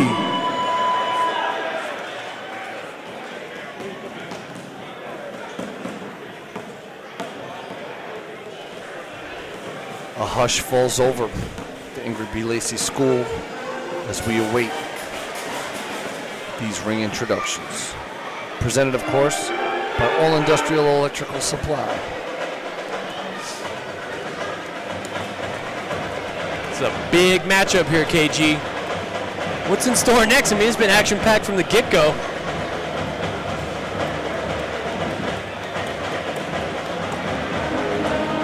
Band firing it up one more time.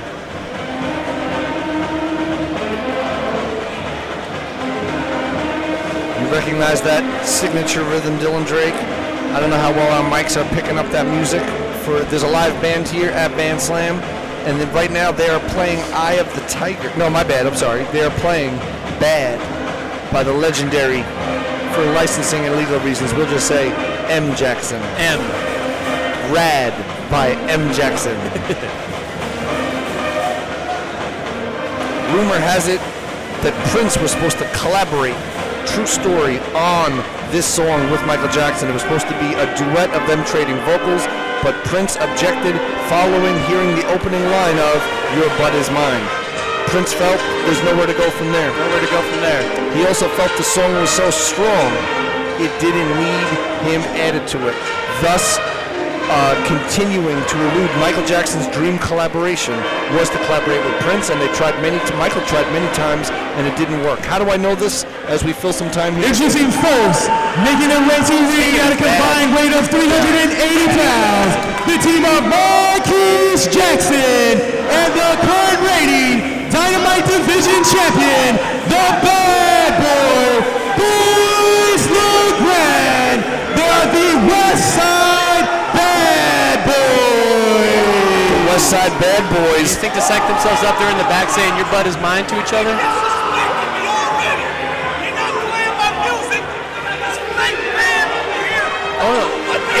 It's a real band. Hey. Your boy toy's over there. Which one of you is Prince? He feels disrespected to hear this Michael Jackson music. I was going to just say quickly, you might say, Kevin Gill, how do you know so many Michael Jackson facts? Let's just say I recently took a long car ride with Violent J and Willie D, and some stories were told. That's how I learned all those Michael Jackson facts, and there you go. And now I'm sharing them with J the and world. Willie D, they got quite the thesaurus, the story of Michael Jackson and Prince. Violent J has read every book ever written on the subject of Michael Jackson, seen every film. He's even read a few books that haven't even come out yet due to legal reasons.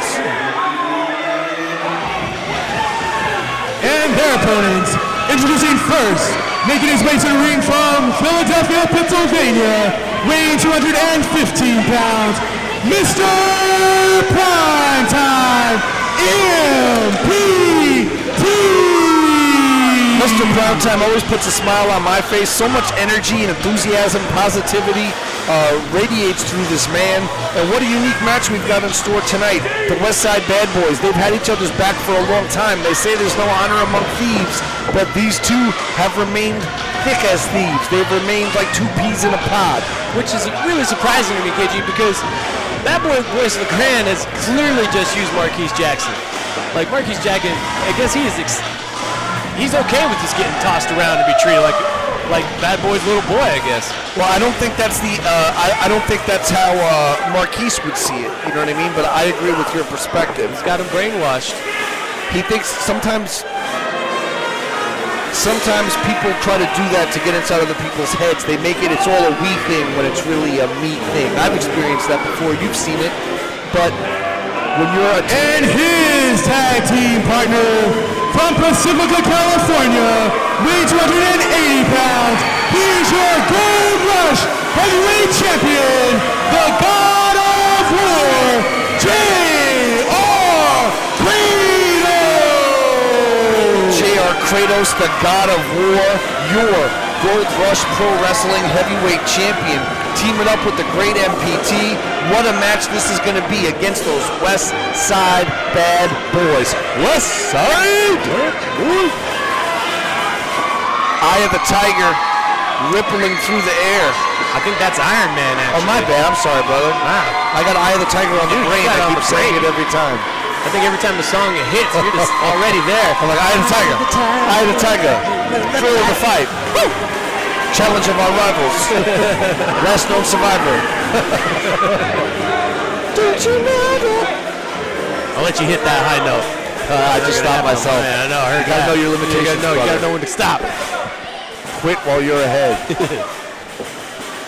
The big man, JR Kratos, Pacifica's own, a rapidly rising star in wrestling. Been getting a lot of attention for his work also in Championship Wrestling from Hollywood. Absolutely. JR Kratos, a force to be reckoned with. He is all around. I mean, he is up and down the coast. Some refer to him as the King of the North. He's been the man on the top of the mountain here for quite a long time. And what a unique set of accolades that is, to be both the King of the North and the God of War. MPT, though, Mr. That's for respect purposes. Prime time. That's where he occupies. Whether it's prime time as the timing in the show where his match appears, or whether it's just the fact that for him, every moment of life is prime time. It's that Boyce I don't know if you want to LeGrande. throw that over here. I don't know. Boyce LeGrande. I'm getting into a few words here with Dylan Drake. Should I throw it to the kids? You guys want this? No? No, you sure? I might. Should I? It's up to you, brother. I don't want any problems with Boyce You think LeGrande. You want this? This has been some ongoing problems for me, Dylan Drake. He's always throwing his gear over here. He's trying to knock over my highball. He's trying to get in my headspace. I'm trying to do commentary. I was trying to save your highball because it was the last highball standing. I appreciate it tremendously. Mr. Primetime going to bring a little class and style here. Normally, I got useless cheeseburger over here with me, and I'm not talking about the kid from Ring of Honor. But thankfully, I got someone with me today who could stand up and shut down someone like the B-Boy. That's right. I'm a documentarian. MPT now. Look at MPT looking better in that gear than Boyce. That's what I'm saying. This is great. MPT. Oh, boy. But now again. Class act, though, giving it right back to him. Thanks for the fun. Thanks for the fun and games. But then now that jacket going to make its way back over here. Wow. Hey, you can't That's teach a an old first. dog new tricks, huh? All right, we may have retrained Boyce LeGrande, perhaps in the future. My drinks, my monitor, all my stuff won't get knocked over. It'll be well protected. I don't think he wants to take that belt off. I mean, he showed up to the building with that wrapped around his waist. You know, word has it he'll be driving through the Taco Bell drive-thru and kind of have the person lean out of the window a little bit just so they can see the belt on him. He's one of those guys that pulls just a little bit over to the right instead of right up to the window. I've seen him at some of the drive-thrus that have a higher window. He'll wear it over his shoulder, interview style, just so they, of course, on towards the window. It's really odd to see him driving around on his little moped, though. He's got that little scooter, And with the sidecar with the sidecar, Marquise. you got Marquise in there. His little bow tie. His bow tie and his dreadlocks blowing in the breeze. Blowing in the breeze. Which sounds nice on a hot day, but not so good on one of those 40-degree Pacifica nights. Nope, but it's about to get hot in here. Fun fact, too, I do believe the Taco Bell here in Pacifica, speaking of Taco Bell, is the only Taco Bell location that's on a beach. I think it is the #1 Taco Bell in the entire United States. And this is all real facts about Pacifica. Now, I know in today's world, if we were tweeting to or mentioning Wendy's, we'd be much more likely to get a response. But truth is, we know, at least me, on the road, hitting these towns, I'll hit up a Taco Bell. A little bit of a pose-off going on here, but how can you outpose a man with the physique of JR Kratos and a man with the 12 pounds of gold? The beautiful Gold Rush Heavyweight Championship belt. It is a beautiful belt. I miss it. Something JR Kratos rests above his mantle, above the fireplace every night. It's kind of like a key to his private gym at home. You lock the belt in. It's almost like part of the meditation chamber, if you will. Yep. And Dylan Drake, that belt, you brought great honor and prestige to that championship. It was the honor being the first. It really was. You'll never forget your first Gold Rush Heavyweight Champion. Dylan Drake joining me on commentary. I am your boy KG. That is, of course, Boyce LeGrande taking some extra time here to pose. Now trying to run away with JR Kratos' belt. Now, the stupid thing was taking the belt. But the smart thing was the terrified look in his face as he ran away. Yeah, he was shook. He was a shook one, without a doubt. I like, though, that all the drama and stuff is contained exclusively between Boyce and Marquise. Jared Kratos, MPT, comfortable, confident. He doesn't look that worried. He knows he's going to get that belt back at the end of the night. He knows MPT wouldn't make it out of that back dressing room door with that belt. Kratos would break through the wall like the Kool-Aid man, spear him out of his shoes. And then maybe just don't let force Donovan Troy be there, not with the Kool-Aid man busting through. He's in the back searching right now. Jared Kratos would force Boyce LeGrande to help out at one of Jared Kratos' numerous charity events and organizations that occur for the underprivileged kids everywhere from Pacifica to Sacramento. It goes down. Kratos gives much more than he takes, and I think that's part of his secret formula to success, his rise to the top. Finally, the bell is rung, even though Boyce LeGrande apparently refusing to get in the ring for reasons I can't begin to comprehend. You know, I hate to admit it, but Boyce is smart. You know, he'll use as much time as he needs until he gets the upper hand, and then he'll take it. Marquise looks itching to go, though, and MPT's going to oblige him. Brings him in the hard way. Thank you, Dylan. Referee, I was going to say, referee doing very little to break this up. Marquise able to scurry to safety. I don't know. Marquise was just in there. I don't always agree with Boyce. He does have a fair point. How can the bell ring when they're not even in the ring? Referee may be a little bit over, the mind games and psychology out of the Larry Zbyszko playbook, maybe having more effect on the referee than they are on Kratos and MPT. Ref calling for that bell, possibly prematurely, but I understand where the ref is coming from because this live stream time, it's not free, brother. That's right. It's not free at all. And you know what he's got to do, too? He's got to keep the time. He's got to get that match going. He's got to get it started. And he's just standing up to Boyce, and I think that's great. Can't let him decide the pace of what's going to happen here tonight. This is not the Boyce LeGrande show. It's not. This is Band Slam 5, baby. This is Band Slam 5 with the host of the Kevin Gill Show and the former Gold Rush champion. He's Dylan Drake. I'm your boy. KG. Thank you, brother. My boy, your boy, everybody's boy. And finally, collar and elbow tie-up. MPT tying it up with Boyce LeGrande. Deep arm drag for primetime. MPT, no stranger to the dojo.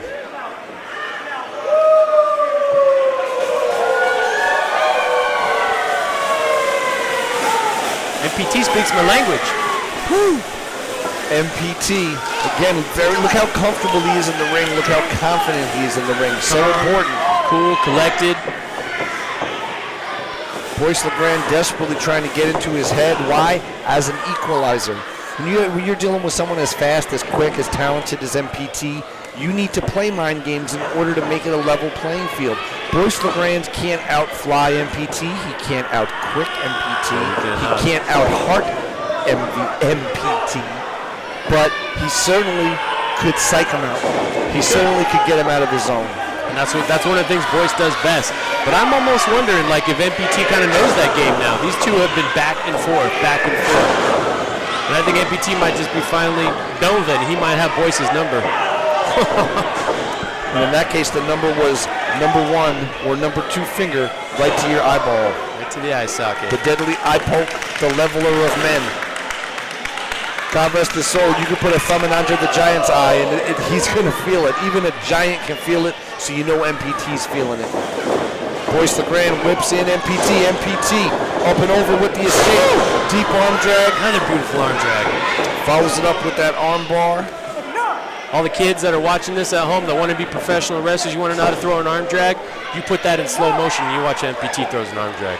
And then go to the Gold Rush Pro Wrestling, the boot camp, training camp, gold mine I should say, part of the All Pro Wrestling boot camp. Today reknown, repackaged, revitalized, but with those same OG knowledges, wisdoms, putting plurals on everything because there's a lot that goes into the training at the boot camp. And information, of course, facebook.com/Gold Rush Pro Wrestling. You can not just train to be a star, Dylan Drake. You can train with the stars. That's absolutely true. 100% true. You know, I happen to have a little hand in that training over there at the gold mine. And that's your good hand, right, brother? Right. That's my good hand, exactly. MPT wrenching on that arm.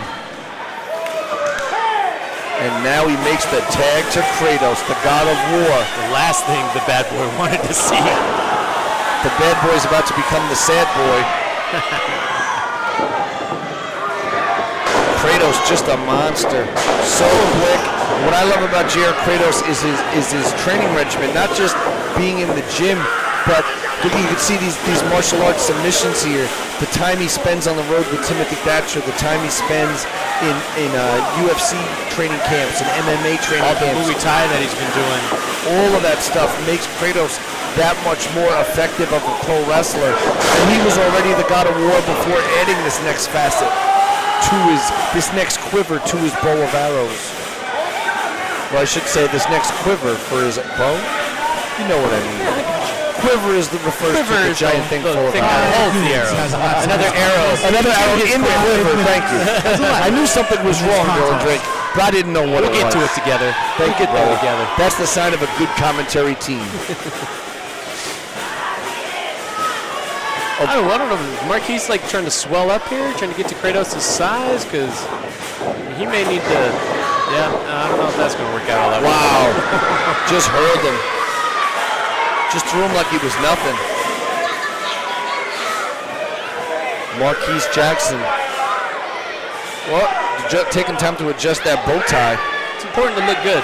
Now he's attempting to square off with J.R. Kratos. Are you kidding me? He wants to exchange strikes with the God of War. This is going to be a short matchup. Yeah. Hope he knows the name of a good facial reconstruction surgeon. Ooh. What did Five Fingers say to the face, Marquise Jackson? Slap! Now he's in a bad way, in a bad spot. Absolutely. I will find a little, I can't lie though, I'm going to find a little joy out of that. All right? Watching Marquise and bad boy Boyce LeGrande get their asses handed to him, it's kind of what I like to call a good time. It's karma. What goes around comes around, guys. Hurls him 3/4 of the way across the ring, almost tied up in those ropes. He flew so far, Dylan Drake. I think Kratos was being nice there. I think, honestly, he could have just tossed him right out of the ring if he wanted. MPT leading a chant for one more time. He's going to give him that big field throw all the way across the ring. Did it again, brother. Giving the crowd what they want. The people of Pacifica, his people. Pacifica's his home. People. Kratos rushed into the corner, nobody home. Marquise Jackson very quickly, and he's going to have to be very quick to try to capitalize on anything, to make anything stick to Kratos. You better keep moving. Don't stop. Don't stop. Caught him with that kick now. Jackson getting some momentum, gets up. Wow. Launched him way high up in the sky and dropped him down with that cutter. It's a pop-up cutter from Kratos. I mean, if there was a belt hanging above the ring right now, he could have damn well caught it. He would have caught it and been the champion. Absolutely, but as you know, Dylan Drake, this is not that type of match. This is a tag match between some guys who have a lot of rivalries, a lot of issues. Kratos for the cover, and there's LeGrande to break it up. The only thing on the line tonight is pride and respect. That's right, and the winner's share of the purse. That's right. When you go up to that pay window, you want a W in the column next to your name because your pay increases exponentially. That's right. It's that W payday. MPT now setting up Marquise. Marquise trying to... He's going to keep him stalling up there. Let all that blood flow to those locks. Jackson in trouble. MPT taking his time here. Could have cost him a pinfall. 2 and no. You got to, as we know, Dylan, the name of this game is capitalization. And I'm not talking about the first letter of each word at the beginning of a sentence. I'm talking about capitalizing on your offense, stringing together these moves, whether it's punches and bunches or a series of high-impact moves, strikes, takedowns, submissions, whatever it is. Follow them up with pinfall attempts. It's not even about capitalizing on just your right, on just your offense, but you got to capitalize on that defense too. The moment somebody makes a mistake, you've got to capitalize. If they leave the door open, you got to walk through and emerge as the shining light, brother. Walk through that thing. You kick that door down. MPT, Marquise Jackson stand in the center of the ring. Gold Rush 5 still to come, of course. The huge Band Slam Cup Battle Royal. I may have erroneously spoke earlier when I said Jared Kratos was in the match. He is in the house, though, however, Dylan Drake. And not only is he in the house, he's in the ring in the corner of his partner, MPT. MPT watching on now as LeGrande receives the tag, enters the ring, adjusts his tights. Oh, man. Marquise Jackson fell face first to that floor. I don't think the cameras caught it, but I know they certainly heard it. They heard it. Everybody heard it. LeGrande now just measuring him. Look at the look on his face. So much can be said. You can just read the thoughts of Boyce LeGrande so clearly just by looking at that look. His eyes and that demonic, or not demonic, but just devilish grin, I should say. Devilish, demonic, all of the above. He's just a mean, bad man. He enjoys hurting people. He loves watching himself hurt people. And speak to that, true that, Dylan Drake. He loves watching himself hurt people so much. He's the only wrestler that I work with that consistently, after every match, when I see him at the following show, he's got a whole list of notes, criticism, and critiques on my commentary, because that's how closely he's studying these matches.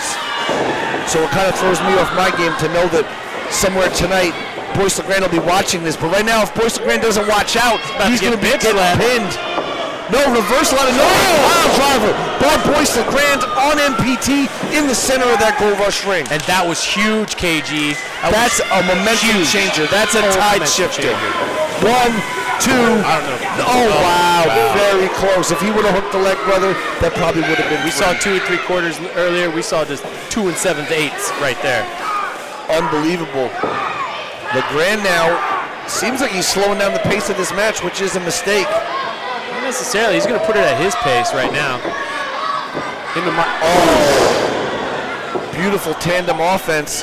But again, taking time to milk the cheers of the crowd. Hooks the leg. Jackson, 2-0. That time MPT able to kick out and kick out with authority. See, that's what these guys are all about. They're all about who's watching. Who's looking at me right now? Because that's what they're going to feed off of. Yeah, you're right about that. The ego drives them so much that it's on one level it pushes them to new heights, but on the other level it's often their downfall. Jackson with that pinfall attempt. Only 2. And you see how he's just going right to the head. He just kicked MPT, smash right in the back of the head. A move that's illegal in mixed martial arts, completely legal in professional wrestling. And Marquise Jackson is clearly in control, so in control now. That pile driver just really shook the MPT to his core. I happen to know MPT was on the receiving end of a pile driver in Japan that almost changed his career forever. And ever since then, I think he's susceptible to damage there. MPT trying to get some momentum, create some distance. MPT roll up. No. Wow. MPT just starting to string some offense together, and there was Marquise Jackson to cut him off. Cut him off at the knees. Instead of going for a pin, what does he do? He flexes. And now they're what? Now they're having a conversation with each other? Now they're exchanging ideas for what the next move is. But if I heard it, there you go. Marquise Jackson saying now he's going to pile drive MPT. Come on, MPT. There you go. Emerald Frozen? Dude, that was the bitch slap, wasn't it? Made famous by Mr. Michael Myers, a graduate of the APW boot camp. It may have been known on another galaxy with a slightly variant pronunciation of the pronunciation I offered, but here it is correct. It is the bitch slap. Dylan Drake. JR Kratos unleashing those back elbows. There's 2. Did you see how agile he was? Oh! Got all the way up high to kick him right on his face. Sick kick right to Boyce LeGrande's face. What's he gonna do now? Are you kidding me? The big man. Is he going for a double suplex? He got him. JR Kratos just suplexed both members of the West Side Bad Boys. That's just crazy strength. Oh yeah, just right back. Oh. Marquise back to the floor. So never turn your back on Boyce. Right? Never turn your back on second. LeGrande was in trouble. Kratos turned his back for just a second, and that's all it took. Fans, young and old, getting firmly behind JR Kratos. MPT. There was a tag there, huh? Yeah, MPT. Getting back in the ring right now. Beautiful missile drop kick off the top rope. MPT, I don't know if he's had a full chance to recover, but he hit him with that beautiful side Russian leg sweep. Is it prime time already? It might be. I think it's time. He's checking his watch. LeGrande had that move. Hey, what's Marquise doing over here? Marquise Jackson's got the belt. Got the Dynamite division title. Caught his own partner. He caught his own partner with the belt. Oh, super kick right on the bow tie. MPT unleashed that kick. What do we got here? Monkey flip. Are you kidding Kratos me? catches him. Catches him upside down, gets him up. Oh, huge powerbomb, MPT. Sky high frog splash. Hooks the leg. Good night, Marquise Jackson. The winners of this match, MPT and JR Kratos. Unbelievable. MPT and JR Kratos made it happen. But talk about a malfunction at the junction. Talk about a hiccup in the quilt work, the fabric of the strategy of one Boyce LeGrande, one Marquise Jackson, because they try to use a lot of devious tactics, a lot of mind games, but in the end, Marquise Jackson accidentally caught his partner, Boyce LeGrande, with that belt. You know, I can't lie. I can't sit over here and pretend like I'm not excited about what just happened, about what I just saw. If I wasn't broken over here, if I didn't have a broken hand, I was going to be in this match. Wow. So to see my potential tag team partners do what they just did to these two, got to say it was a good time for me. That was an exciting moment. Marquise Jackson got exactly what he deserved.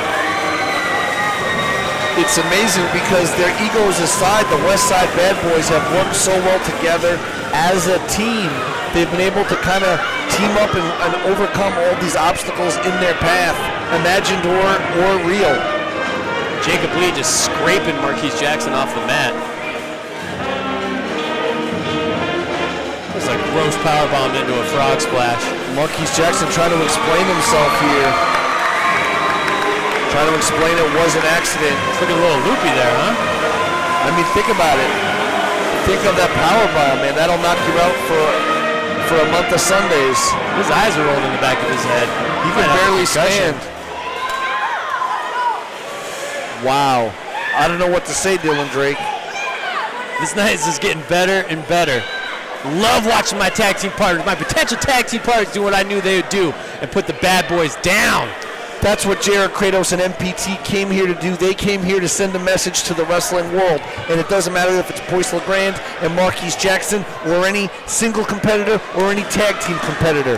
Whether it's JR Kratos solo or teaming up with MPT, they will take you out, brother, just like they did to the West Side Bad Boys. And there is some perhaps trouble brewing for their team of the Bad Boy connection, West Side connection. Call it what you will, brother. I'm not really sure what to take from that. I mean, they had a little hiccup. Okay, ladies and gentlemen, at this time we're going to go ahead and take a brief 10-minute intermission in which you can meet some of your favorite Gold Rush Pro Wrestling superstars and visit the concession stands and the merchandise tables where you can still purchase raffle tickets.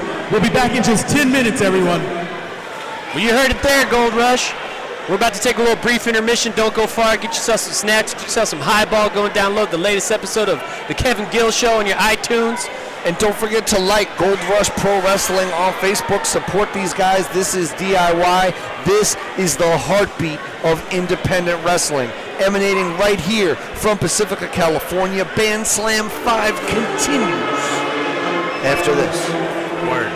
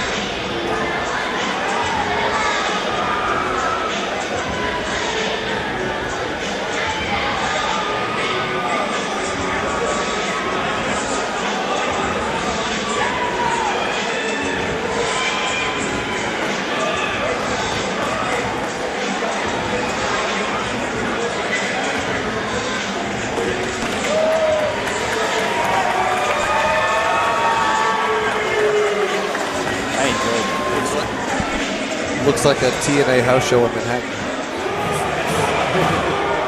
The following four-way contest is scheduled for one fall with a 20-minute time limit, and it is for the Gold Rush Pro Wrestling Dynamite Championship. Your referee for this contest, Gold Rush Pro Wrestling Senior Official, Sparky Ballard. Introducing first, standing to my right and fighting out of Vallejo, California, accompanied by Marquise Jackson. He weighs 215 pounds. All right, ladies and gentlemen, this is the last chance to purchase your tickets for the raffle. We'll be back live in just 13 minutes. Once again, we'll be back live in just 13 minutes. Introducing next, fighting out of Chicago, Illinois, at a weight of 180 pounds. He is the Angel of Light, Mike Matthews.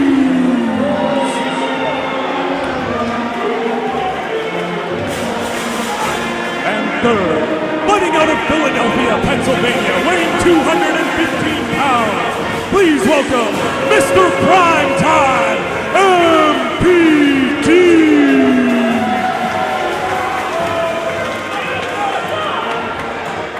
And lastly, fighting out of Sacramento, California, and weighing 150 pounds, he is your reigning and defending Gold Rush Pro Wrestling Dynamite Champion. Please welcome Virgil Flynn! It is championship time, KG. The Dynamite Division Championships on the line in a fatal four-way, Daddy. It sure is, brother. It only takes one pin to win. Absolutely. You definitely know who the crowd favorite is here, champion Virgil Flynn. You have Boyce LeGrande not wearing favorable colors. It is Super Saturday, KG. Seahawks are in it tomorrow, and looks like we're going to be joined here by Marquise Jackson. Wow, another pleasant surprise, so to speak. It's always nice when someone you don't want to talk to drops by uninvited, and then they decide to just join in the conversation like we're all. Hello, gentlemen. Hey, Marquise Jackson is here. Hey, Representing Marquise. bad boy, Boyce LeGrande. You sure are Yeah? representing him. It's amazing. Yes. How come you're not in there? You know what? I had a headache today. So Really? I thought it would be best. I'm not cleared yet, medical cleared. So. Wow, you got. You they have to put get you medical on- cleared for a headache? Oh Yeah. yeah, it's a really bad headache. So. I think you're scared. You've had your shot at Virgil Flynn, and you Men couldn't get the job done. Men like me are never scared. So you're using your money, and you got your boy Boyce LeGrande trying to get your dirty work done for you. Is that it? No. He wants to do this. This is his choice, and he's gonna win too. This isn't just a match for him. This is his championship opportunity. He will not disappoint. I guarantee. Well, give me a second, Marquise. Let me do a little background work here. Virgil Flynn. Amazing! Really, we're trying to do a job here. We're trying to do some commentary, Jack. I get excited sometimes. Sorry, I get excited sometimes. Okay. Virgil Flynn has been the Dynamite Division champion for over a year now here at Gold Rush. Defended it in Pacifica. He's defended it in Las Vegas. What do they say? I believe we're in Niner country here, Jack. I believe they're saying the Seahawks suck. Something along those lines. I think people here in Pacifica are just stupid. They have to be stupid. We also have Mr. Primetime MPT in this match, who came on the short end of the Dynamite Division title match at Fool's Gold against Virgil Flynn. We have newcomer, the Angel of Flight, Mike Matthews from Chicago. It's around you're familiar with the Chicago area. You ever seen this Mike Matthews kid? I've spent a lot of time in the Windy City. I have not yet seen the man, but I hear the Gold Rush scouting reports on him indicate he is a top talent and someone I think you may be seeing more of. Absolutely. He's in got Pacifica. to be good to get a Dynamite Division title match. His first go here in Pacifica. What are you doing? Virgil Flynn with a beautiful arm drag. I think I was about to say. Boyce got him. Boyce got him right here. This is all Boyce. This is all Boyce right here. Boyce looks like he's in trouble. No, this is all Boyce. This is all Boyce. Whoa. Oh, wait a minute. This made him dizzy. He did make him dizzy. Because he got schooled. He got swerved. He's all dizzy. My Virgil. He was spinning circles around him, Daddy. I don't mind you here, Marquise, because your underhanded tactics that I've seen you use from time to time here at Gold Rush, you can't use it here at the commentary table, Daddy. You know what? I'm going to find a way. One day I will find a way to use them, and I will beat you right here at your own game. KG, what do you think right now of the action in the ring? It's amazing, man. MPT, well decorated. You know, his talents brought him to Japan. It's brought him all over the world. And now via Philadelphia, he's plying his craft, his trade, his world-class ability right here in Pacifica for the good people of Gold Rush. Look at that. That's seniority. That's tactics. That's the sign of a true OG. Beautiful textbook execution on that side Russian leg sweep, Daddy. Absolutely. Way to call it there. MPT on the middle rope here. That's a good point, KG. You know, MPT's been all over Japan. Virgil's already, you know, the current Dynamite Division champion. This guy... He's beat you for it, too, by the way.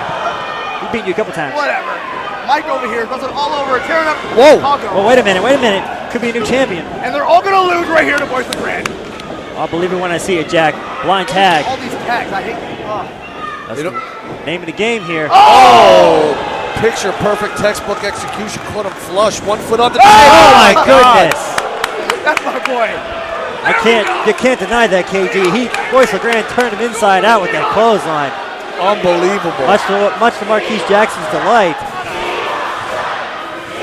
The Seahawks still suck. We are in Niner country, KG. The Saints fans, yeah. I prefer the Niners over the championship Seahawks. Come on now. Understand this, Marquise. If these fans come over the railing to get you, I don't have your back on these sports-related you better have my beefs. back. I will too. I better not be touching. I am a documentarian. I am not in charge of personal security for anyone. Oh, beautiful! And corkscrew brainbuster out of nowhere. It's over. It's over. That's 3, 2. I saw a Marshawn Lynch jersey. You could be throwing Skittles at Boyce LeGrande if he wins. For celebration? Yeah, absolutely. Yes, we will. You got the Skittles on ice, all right. We're already ready. A whole Gatorade bucket full of Skittles, but I digress. I'm hoping Marshawn might come back tonight for our after party, you know.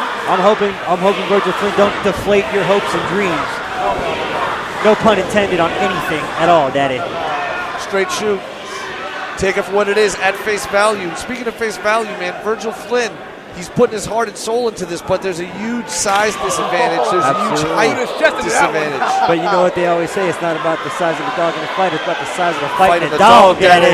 I don't believe that. Well, if I was to put it in my vernacular, yeah, I would say what he said. It's the size of the fight in the dog. Oh, come on now. What is this? Virgil We're on the Flynn, same wait a minute. Right here. This is a 450. Whoa, beautiful 450 textbook. It's Goodbye, over. Boyce LeGrande. Nice to see you, brother. And 3.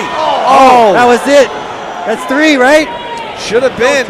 That was 2. Oh, that double stomp. Matthews double now stomp. going for that pin on Virgil, ever the opportunist, taking a pin on whoever he can get it from. Like And Matthews, MPT though, MPT stalking him here, setting up for something. Trying to make a name for himself here. What a name to make for Dynamite Division title victory. MPT, here we go. Big super kick. Yes. Take them all out. That was right on the money. But there's Boyce LeGrande. Beautiful gut buster there, caught him flush across the abdomen, and then right out to that. in the ring. Boyce LeGrande.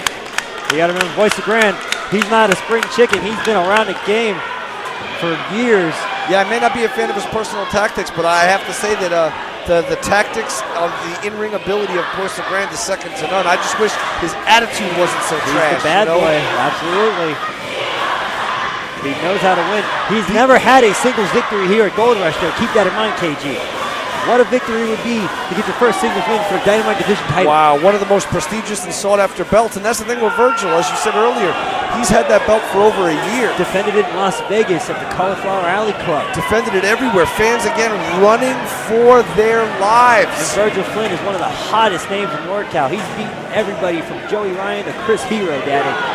Virgil Flynn with that double axe handle off the guardrail, and it's chaos again. Wait a minute. The Angel Flight. Wait, no.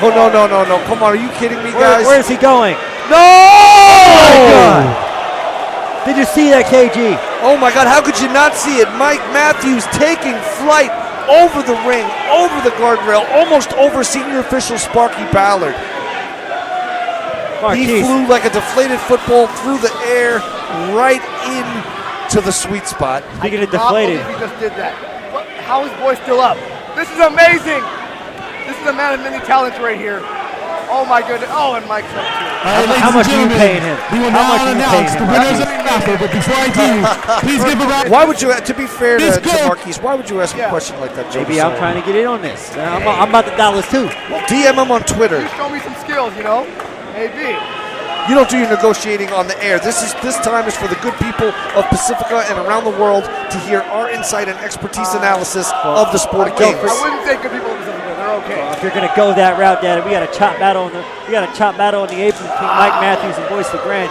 Also, Come on, boys. Gold Rush Pro Wrestling on Facebook and Twitter. OG Kevin Gill on Twitter. @Joe the Soul on Twitter. That's right. We are social media. We are pro wrestling. This is Gold Rush. Wait a minute, Matthews, not in the place you want to be, up in that high fireman's carry. Wait a minute. What is, no! Oh my! Death Valley driver on the apron. Death Valley driver on the apron. That was all neck, head first. Amazing. That's the hardest part of the ring, KG. Oh my God. It is the hardest part of the Me and ring, Joe. Marquise know that very well, Daddy. We felt that. This is just absolute chaos, There's man. nothing These but guys will steel. do anything to get their hands on this title. We talked about a lot. We talked about a lot of steel earlier. The steel on the apron is real. It sure is, and now Bad Boy Boyce LeGrande fires in Virgil Flynn. Virgil has the presence of mind. No, boys, gotta get up. Wait a boys. minute. Come on. I've been- Don't do this. I've traveled up and down the Boys, road to come on, Virgil boys. Flynn. I know what's Come on, coming. Whoa! Beautiful apron drop kick. And Virgil Flynn now. Uh-oh. You got to know what's coming here. Here it comes. no. Call it out, baby. Come on. Don't do this. Don't do this. Cannonball on the way. Beautiful cannonball. That's a T-shirt. Wait a minute. Four-way match. Marquise Jackson's leaving the commentator's booth. Shaped like Whoa. a table. Four-way match. It's the first pin to win this bad boy. Virgil Flynn now tangling with MPT. Normally, I almost feel like these guys would be homies, but there are no friends in a four-way match for a Absolutely. prestigious title like this Dynamite Division belt. Virgil Flynn's going to do anything to keep this belt, like this Hurricane Rana. No. No. MPT had it scouted. MPT had it scouted. No! Oh my gosh. Did you see the elevation on that power bomb? Unbelievable elevation, unbelievable impact. Virgil Flynn now possibly ripe for the pickings. Here we go, MPT going for that pinfall. This has got to be it, Joe. Wait a minute. Marquise Jackson just pulled MPT out. No, not this way. Are you kidding me? We have Just like that? We have a new Dynamite Division champion. By way of pinfall, I can't believe it, KG. Gold Rush Pro Wrestling Dynamite Champion, Bad Boy Boyce LeGrande. So you're telling me, Joe DeSoul, his first victory in Gold Rush Pro Wrestling is a victory for that Dynamite Division belt? As a singles competitor, I can't believe it. Take your Seahawks garb. I mean, you got to hand it to them. Yes, thank you. They came out here in Seahawks garb in Niner Country, and they were on a mission, and through shenanigans, nonetheless, Boyce LeGrande's the new Dynamite Division champion after a year-long reign from Virgil Flynn. I can't believe it, KG. Lady Luck only smiled upon Virgil Flynn for 12 calendar months. And now, to see this, and like you said, give all the credit where it's due. Boyce LeGrande and Marquise Jackson came in here. They said what they were going to do, and they did it. We may not agree with the tactics, the personal lifestyle choices, etc., but there's something to be said about standing in that victory circle with our lovely ring girl Maria in front of that beautiful Gold Rush backdrop, Seahawks colors notwithstanding, and holding the richest, call it a lightweight, call it a cruiserweight. It's really bigger than both those things because it's about the most exciting quality matches. It's bigger than a weight restriction. It is the Dynamite Division. MPT and Mike We got to get a Matthews. camera in the back. God knows what's going on back there, Joe. Virgil Flynn, he's nursing.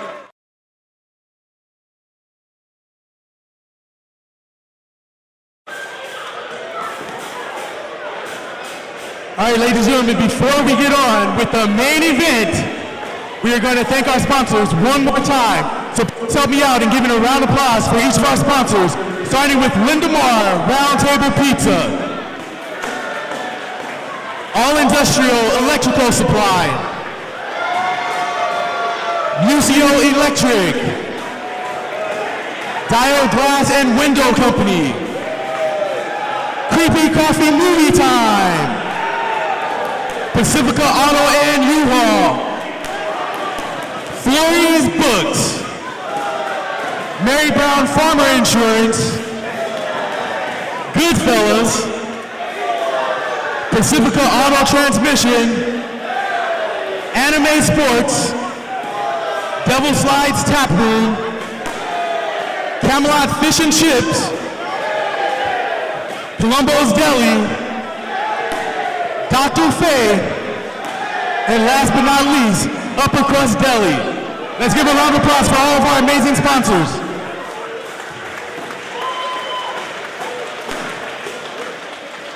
And now, ladies and gentlemen, the moment you've all been waiting for. Who's ready for the Royal Battle Royal?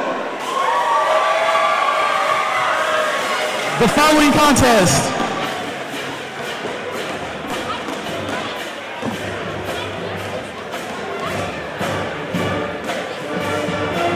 is brought to you by Lindemar Round Table Pizza.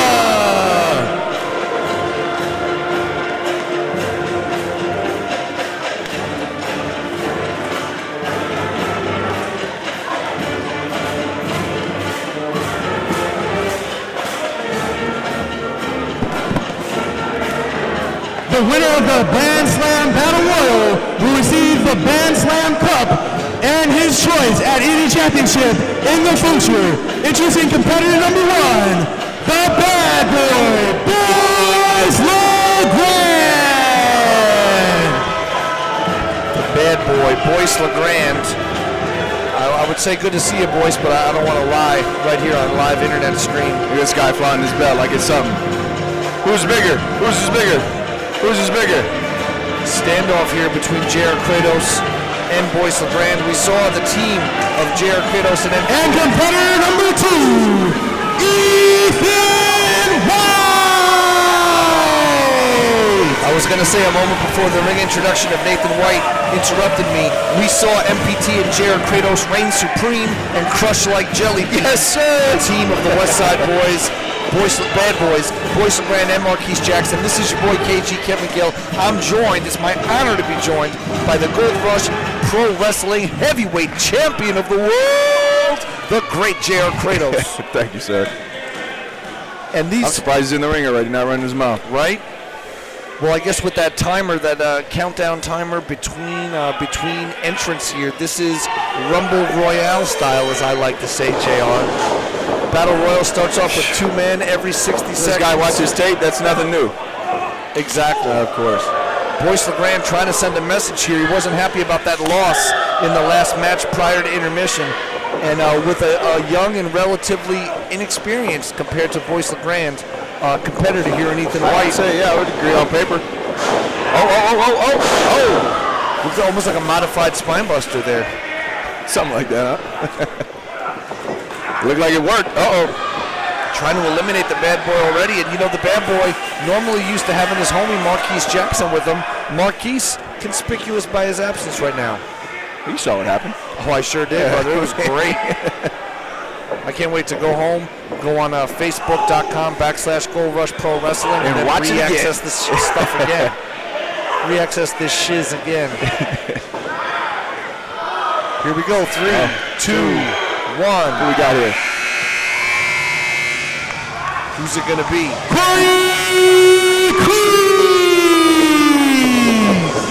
Corey Creed. Did I hear that right, JR Kratos? I believe so. Whoa, what is this? Oh, handspring forearm smash. Very rarely seen. We all know the handspring elbow, but Corey Creed bringing in a new twist on an old favorite here. Now stopping the proverbial mud hole in Ethan Don't White. turn his back to Boyce. Boyce LeGrande pulling himself back up to his feet here. He's showing a little bit of fight tonight, huh? Ethan, for someone like Ethan White, he wants to prove to the world that he can hang, you know? And what better way to do it than to win that Band Slam Cup, which, by the way, gets the winner a shot at your prestigious Gold Rush Heavyweight Championship belt. This guy. Think about it. Just need to kick him right off the top rope right now. Ethan White could go from being a first-year professional to being the #1 contender, just like that, if he survives all other 29 entrants. Speaking of entrants, Oh. Eki Soul! Eki Soul joins the fracas.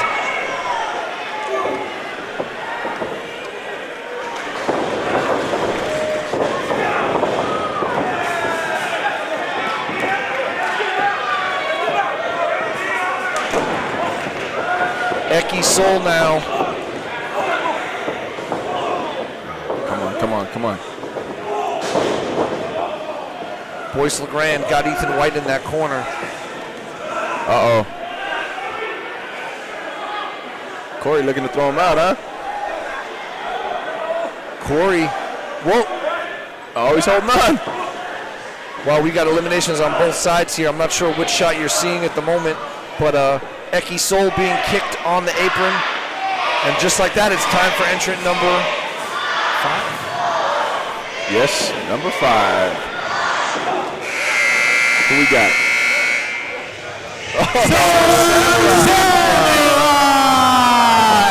Direct from the dojo. There we go. Bow to his opponent, follow with a punch to the face. Boyce LeGrande getting into a shoving match here with Sir Samurai.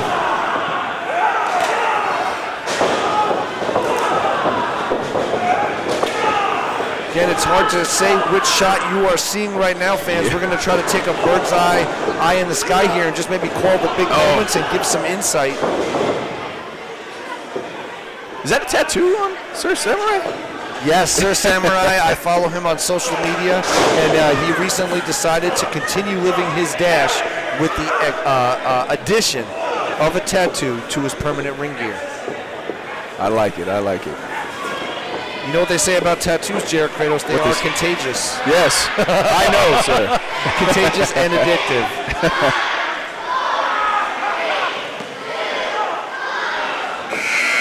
That timer counting down once again. Who's next? Let's see.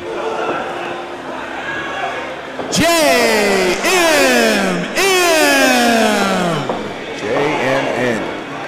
Is that a portrait of himself he's carrying there? Wow, this is my first time seeing this competitor. Got that scarf from his Scarves by Jericho collection, but I digress. JM, I heard it as M, but it may be JMN. JNN. Wouldn't turn your back on Samurai. Nope.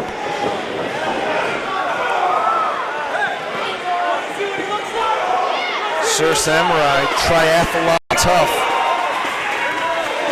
A man who can run for 20 miles, then get off, ride a bicycle for 6 miles, then shoot a bow and arrow into the ocean, and then do it swim again.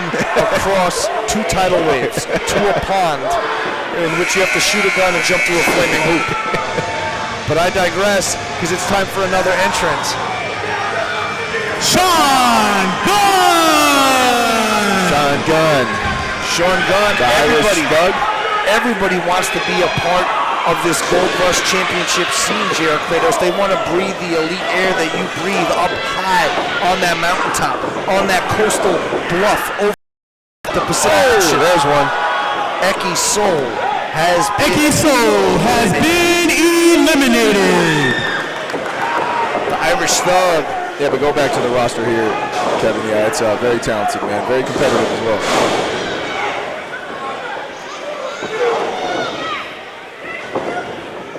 Here we go. I'm going to think we're going with, man, I hate to call something that people don't see. Samurai now. Whoa! He held on. Levi Shapiro! One half of the classic connection. Oh. For a minute, I thought we were about to lose our family-friendly format here. Levi Shapiro, this guy is truly a character he's right here. coming for that title. Truly character. Levi Shapiro leaving those Zubaz here. Think I should put him on? Awesome, getting word from our truck. They're going to work with us on these calls to make this happen, JR Kratos. Very exciting, great production here at Gold Rush Pro Wrestling. And now, here we go, Ethan White, perched up high. High risk. Oh, with that axe handle. Caught Corey flush there. Meanwhile, in the corner, you got the Irish Thug. Oh, here it comes. Doing battle with Samurai, but that countdown is on. Who's it going to be?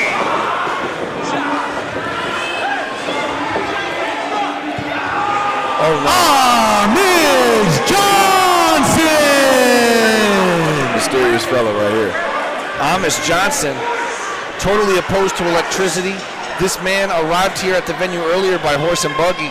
He doesn't even like... Is that what's outside? That's what that is. He doesn't even like modern hair clippers to touch the back of his mullet. Yes. And now Amish... Going after the Irish Thug. Amish Johnson going after the Irish Thug. The Amish versus the Irish? Who knew? Who knew the beef was only at Gold Rush? Now you got Boyce LeGrande squaring off here, dropping that elbow to the back of the head at JMN.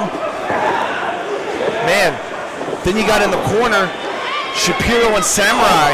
They're exchanging shots there in the corner. Samurai knocked silly. Look at Corey throwing these karate kicks. And now that timer counts down to 1. You can hear the music coming through the sound system. Mike Matthews! The Angel of Flight, a man who, along with Virgil, became #1 contenders for those Gold Rush Tag Team Championships. And who knows, Mike Matthews could be the man that ends up facing you, JR Kratos. Yes, sir. Definitely a contender, man. Works very, very hard. Matthews now getting into it with Sir Samurai. He came in hot, nailed Shapiro.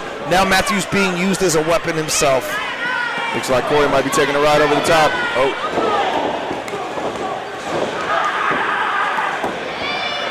Corey using that jiu-jitsu training on Amish Johnson, but there's Boyce LeGrande stepping on the windpipe of Mike Matthews.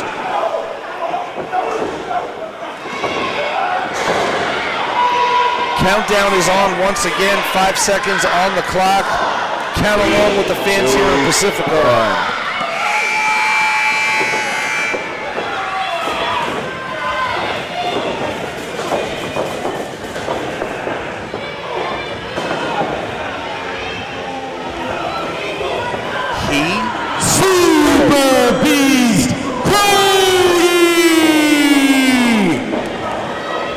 Super Beast Cody! Super Beast Cody?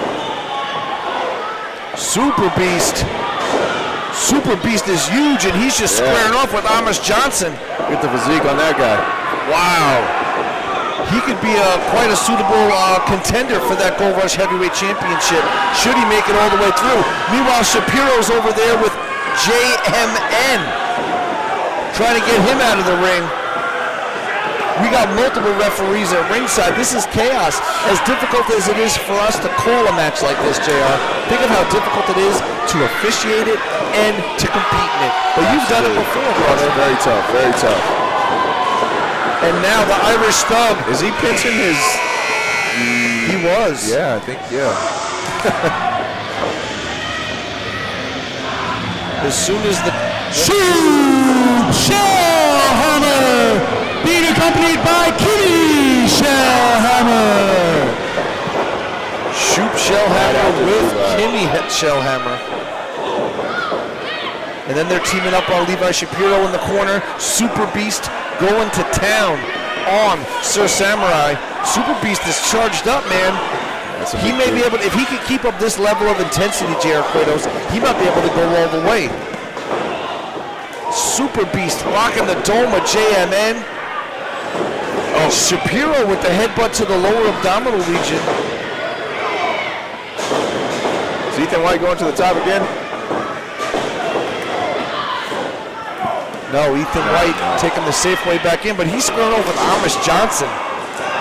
Amish Johnson is used to fighting things like rocks and wood piles. Big dude, man. Other inorganic material. Uh-oh. Great, what? Oh. Super Beast is out. Didn't see that one coming. Me neither. Alexander G.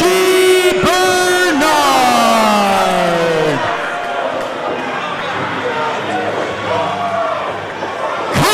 my music. How do you do, denizens of this crumbling town known as Pacifica, soon to enter the Pacific Ocean? That being said, if you're since you are still more fortunate than I, as I've had to endure the commentary stylings of these two buffoons sitting in my limousine. Nay, I shall commentate from here on out. Boyce LeGrande making his way back in as Ethan White. I will get in when it is my due time. Now then, Ethan White and Shoop Shellhammer soon to remove Boyce LeGrande. Oh, here comes number 14. I know the music. Why?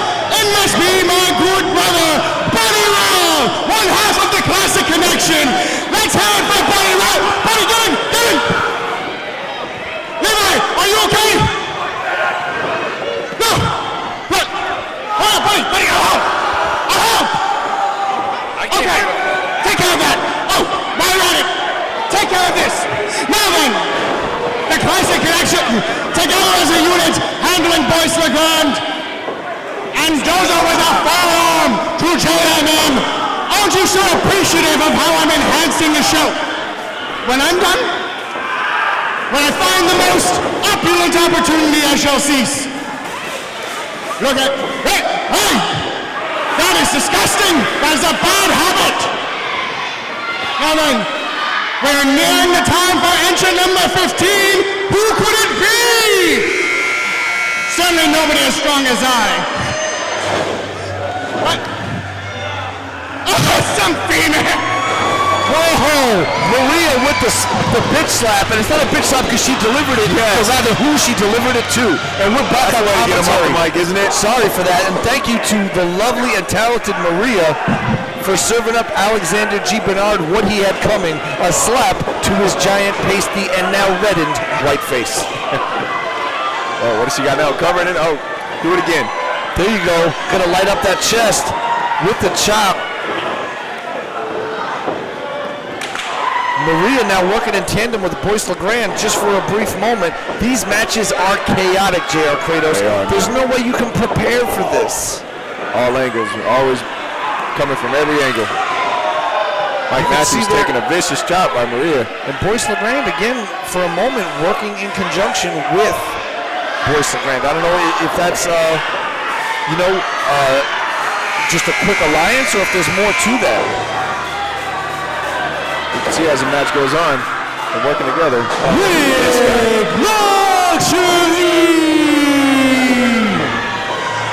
Luxury back. You can see Rik Luxury not very happy. Donovan Troy looks like straight after Maria. Donovan Troy was able to towel off all that gravy he sweated out earlier, but I have a feeling it's just going to start again any second. Donovan Troy just gets near a ring and he starts sweating gravy. I don't know if I got a shot of it. Buddy Royale using that towel to choke out Big Amish Johnson. Johnson struggling to fight back here. He tried to throw him out. A lot of action in that corner there by the hard cat. I shouldn't say in the corner, in the center. You got Sir Samurai and what's his name? I apologize. Corey, right? Yeah. Corey's no. Yeah, Corey's. Oh yeah, he's with Sir Samurai. Excuse me. Yes. Alexander G. Bernard has been eliminated. It looks like. Johnny Dynamo met with a beatdown by Rik Luxury. Meanwhile, Buddy Royale's perched up on that second rope. Buddy Royale dropping that big axe handle right to the top of the dome of Mike Matthews. The Angel of Flight temporarily grounded. But now, take a look at Amish Johnson. Is he using a belt?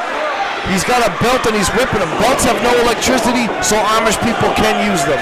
Even though they are kind of a tool of the modern era, way more advanced than the rope belt made popular by the Moondogs. Oh, Mike. Oh, no. He's hanging on. He's hanging on. Matthews' feet did not touch the floor. Matthews skinning the cat and catching Buddy Royale. Buddy caught him in a Huracan Rana. Royale holding on. His partner, Levi, trying to bring him back in. High stakes There we go. drama. They're going at it on the apron. Matthews, the angel of flight, on the apron. Kick to the face. It's over. Shapiro trying to get him out. Matthews face first. Matthews has been eliminated. You might have got Kikyo.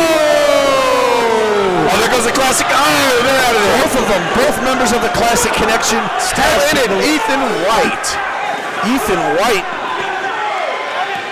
Look at Kikyo, the history. Buddy Royale and Levi Shapiro have been eliminated. Look at this fight in the center of the ring between Kikyo and Maria. The fight, the hatred, the animosity between them. We've seen them in first blood matches. We've seen them in a lot, and the beef is still hot. The beef is still popping, son. Johnny Dynamo has been eliminated. Are they rolling out of it? What? Look at this. Is that Samurai getting steamrolled there inadvertently by Kikyo and Maria? I don't know if anyone wants to get in between them or untangle those two, because they're just not going to stop, brother. Who's next? Is Boyce LeGrande separating him?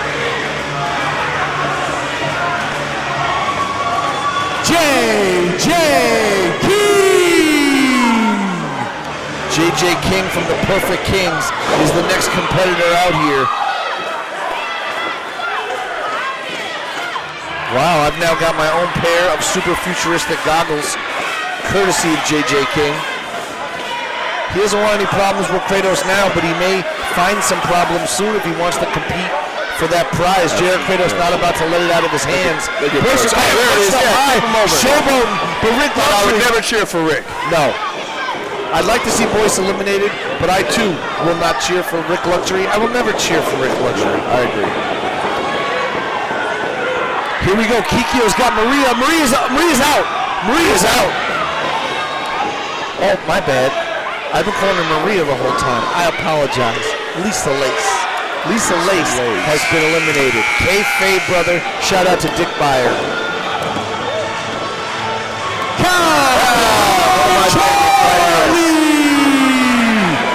Cowboy Charlie, arguably the youngest competitor in Gold Rush Pro Wrestling. Oh! Drop kick to the what? Drop kick right to the kick to the what? Kick to the what? Stay on him, Charlie. Throw him out. And now Shoop Shellhammer. Shoop Shellhammer's got Kikyo up and over. Kikyo all the way to the floor. Has been eliminated. Kikyo's eliminated just like Lisa Lace was eliminated. So they're both in the same area, right? They could be, yeah. Maria's going, Lisa Lace going after her. I'm probably not going to be on Lisa Lace's friend list anymore after messing up the call. I do apologize. This is a lot to call. It's a lot to see. This guy trying to throw out Charlie. See if we could zoom in here. Who's next?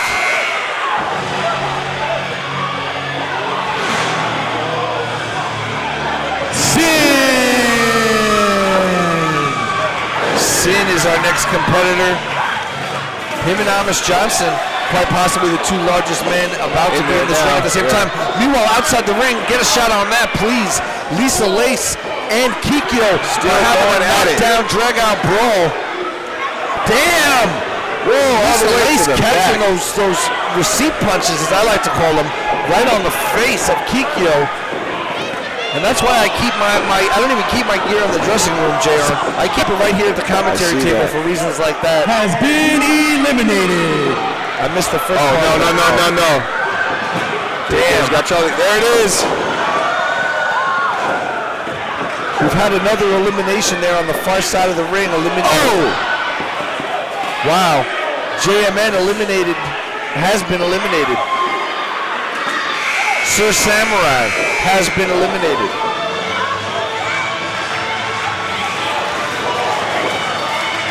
Top and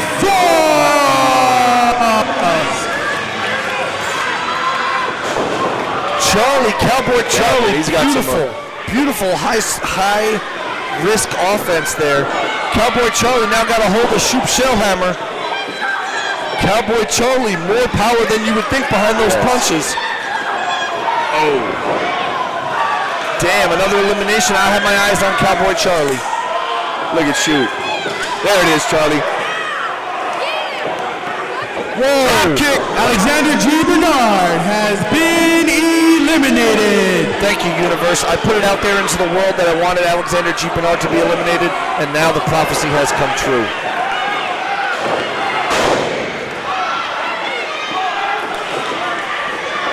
Wow, Sin making his presence known here, but Amish Johnson now squaring off with Sin.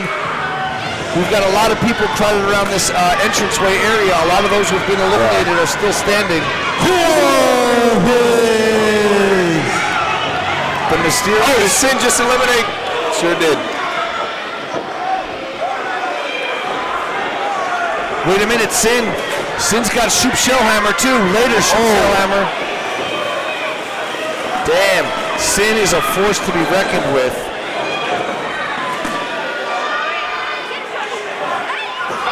What's going on out here now? Starting to have a battle of... Is this like This a battle off of... with Charlie and Sin right here. Wow. Charlie showing some fight. Look how much heart Charlie has, Oh, man. God. Oh, no. Sin puts him all the way up.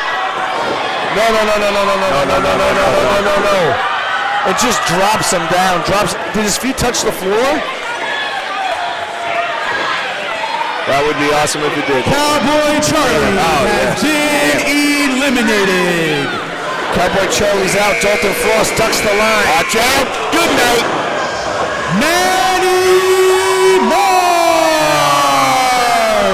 Manny Mars in that ring very quickly. House of energy right there, huh? Grabs a hold of Corvus. Manny Mars not sure what to do with himself next. Now he's grabbing a hold of... Oh, him and Ethan White are forming some sort of an alliance here. No! What? That was short-lived.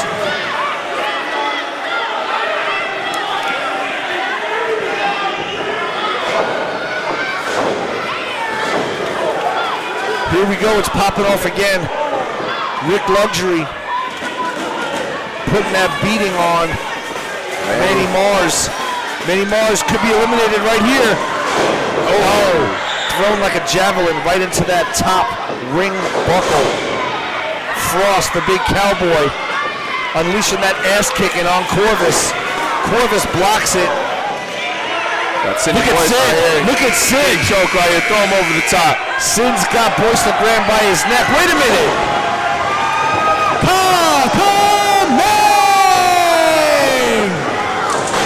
Kakamang. Proudly representing one of the more popular wrestlers in the Bay, but not someone we see too often here at Gold Rush Pro Wrestling.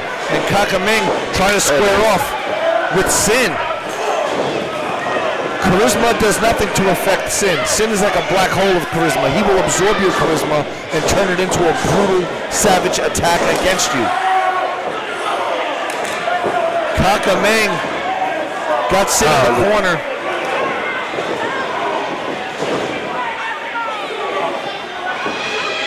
Is that Manny Mars squaring off there with Kakamang? Fight. Look at Sin. I feel like the eye is just drawn to the monster of a man that is Sin. What's he going to do next? Who's going to be next? So many questions. Will Roberts! Will Roberts was in that earlier first match of the night. He successfully defended that PCW championship. Yes. He is, of course, the most recent Young Lions Cup winner. Definitely making a name for himself this year. Luxury just going to town on him. He didn't even get to unleash any offense. Roberts in trouble already.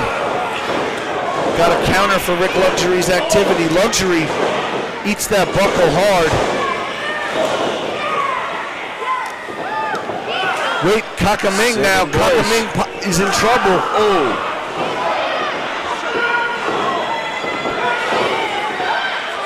Jared Kratos, at this point, man, what kind of strategy can these guys employ?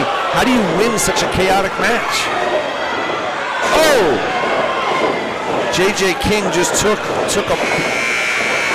Just like that, time for another competitor. Matt Carlos is out of control. He could possibly speed up some of these eliminations here. Carlos, a house of fire. He's got one for everyone. Carlos trying to get Corvus out of the ring. Got him in that corner, trying to get him out. Meanwhile, Manny Mars, up and over. Eliminated. Manny Mars has been eliminated. Eliminated by Will Robbins. Corvus catches that boot to the face. Look at Robbins. Roberts. My bad. I heard it announced.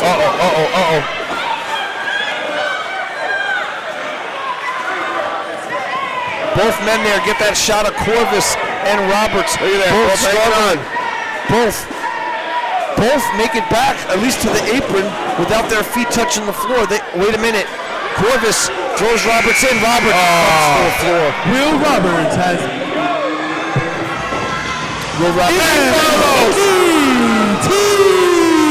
As they say, got him. Corvus has been eliminated. MPT ducks that kick from JJ King. JJ King couldn't duck that one, brother. Matt Carlos has been eliminated. Corvus continuing to fight outside the ringside area. We got Sin. Sin starting to square off here with Kaka Bang. All the way to the floor. Kaka on the floor, not a good thing. Chaos here outside. Oh, another elimination there by MPT. Boyce LeGrande has been eliminated. The bad boy, Boyce LeGrande. One of the potential odds-on favorites to win this thing, JR. Now, I noticed the longer this match goes on, JR Kratos, the more quiet you become.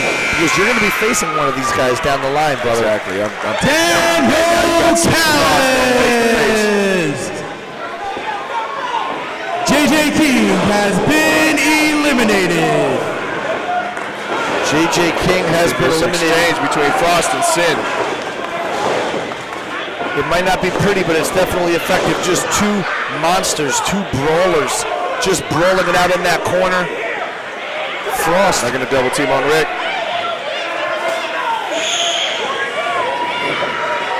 Luxury fighting out of it.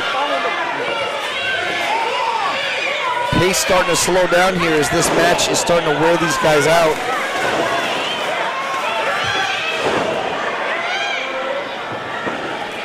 Boyce got eliminated.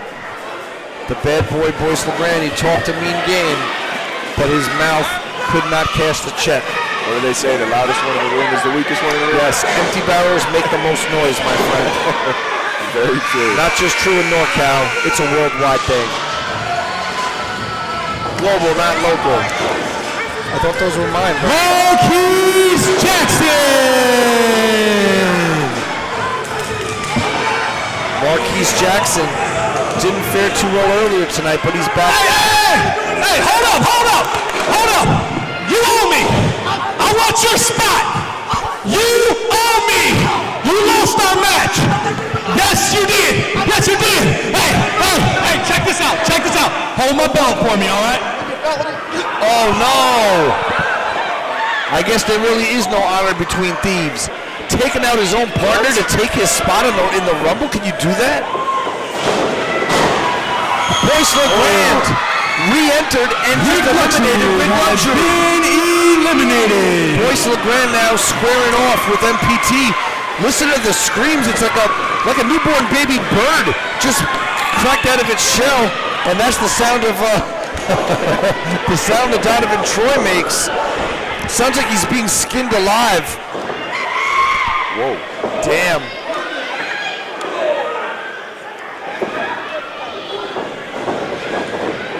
The refs here watching at ringside. Boyce LeGrande just eliminated him. MPT now has been eliminated. Boyce LeGrande, his second time in the match. I believe so. The timer no longer running. Amazing how fast that went. The blink of an eye. 26 other competitors have come and gone, and it comes down to these final four. Dalton Frost in the wrong part of town, but he's got a helping hand from MPT. Wait a minute. Frost's feet touched the floor, but on the way. Wait a minute. MPT went out. Boyce LeGrande Boyce LeGrande so Ladies and gentlemen, the winner of the Band Slam Battle Royal, the Bad Boy, Boyce LeGrande! Boyce LeGrande cheated to re-enter and then worked against the people who were working together, and now it is official, it has been written, so it shall come to pass. The #1 contender for JR Kratos' Gold Rush Heavyweight Championship belt is Boyce LeGrande. He's already Dynamite Division champion. Now he's going for the gold, and I'll tell you this, the headset has been thrown down. Kratos, very intense look on his face. He doesn't look too thrilled to be facing the bad boy, but I've seen JR Kratos topple mountains. And now, your new Band Slam Cup winner is Boyce LeGrande. Unbelievable. Is this match going to be signed for March 5th at the Gold? Wait a minute. Kratos is in the ring. Kratos never wanted to back down from a challenge, and even if it was accomplished through devious tactics, Kratos will take on Boyce LeGrande. In the future, because Boyce LeGrande is now the #1 contender, Boyce LeGrande is the holder of that Band Slam Cup. The atmosphere here in Pacifica at Ingrid B. Lacey is off the charts right now. You could cut it with a knife, brother. Look at the intensity of JR Kratos. Never want to back down from a challenge. But look at what Boyce LeGrande is willing to do to win, turning his back on his home. He's turning his back on his partner. That's what he'll do for glory. Boyce LeGrande is a slave to his own ego. And LeGrande with a cheap shot, ducked by Kratos. Kratos says, if you want to fight, we don't got to wait till down the line. We could do it right now, tonight, Boyce LeGrande.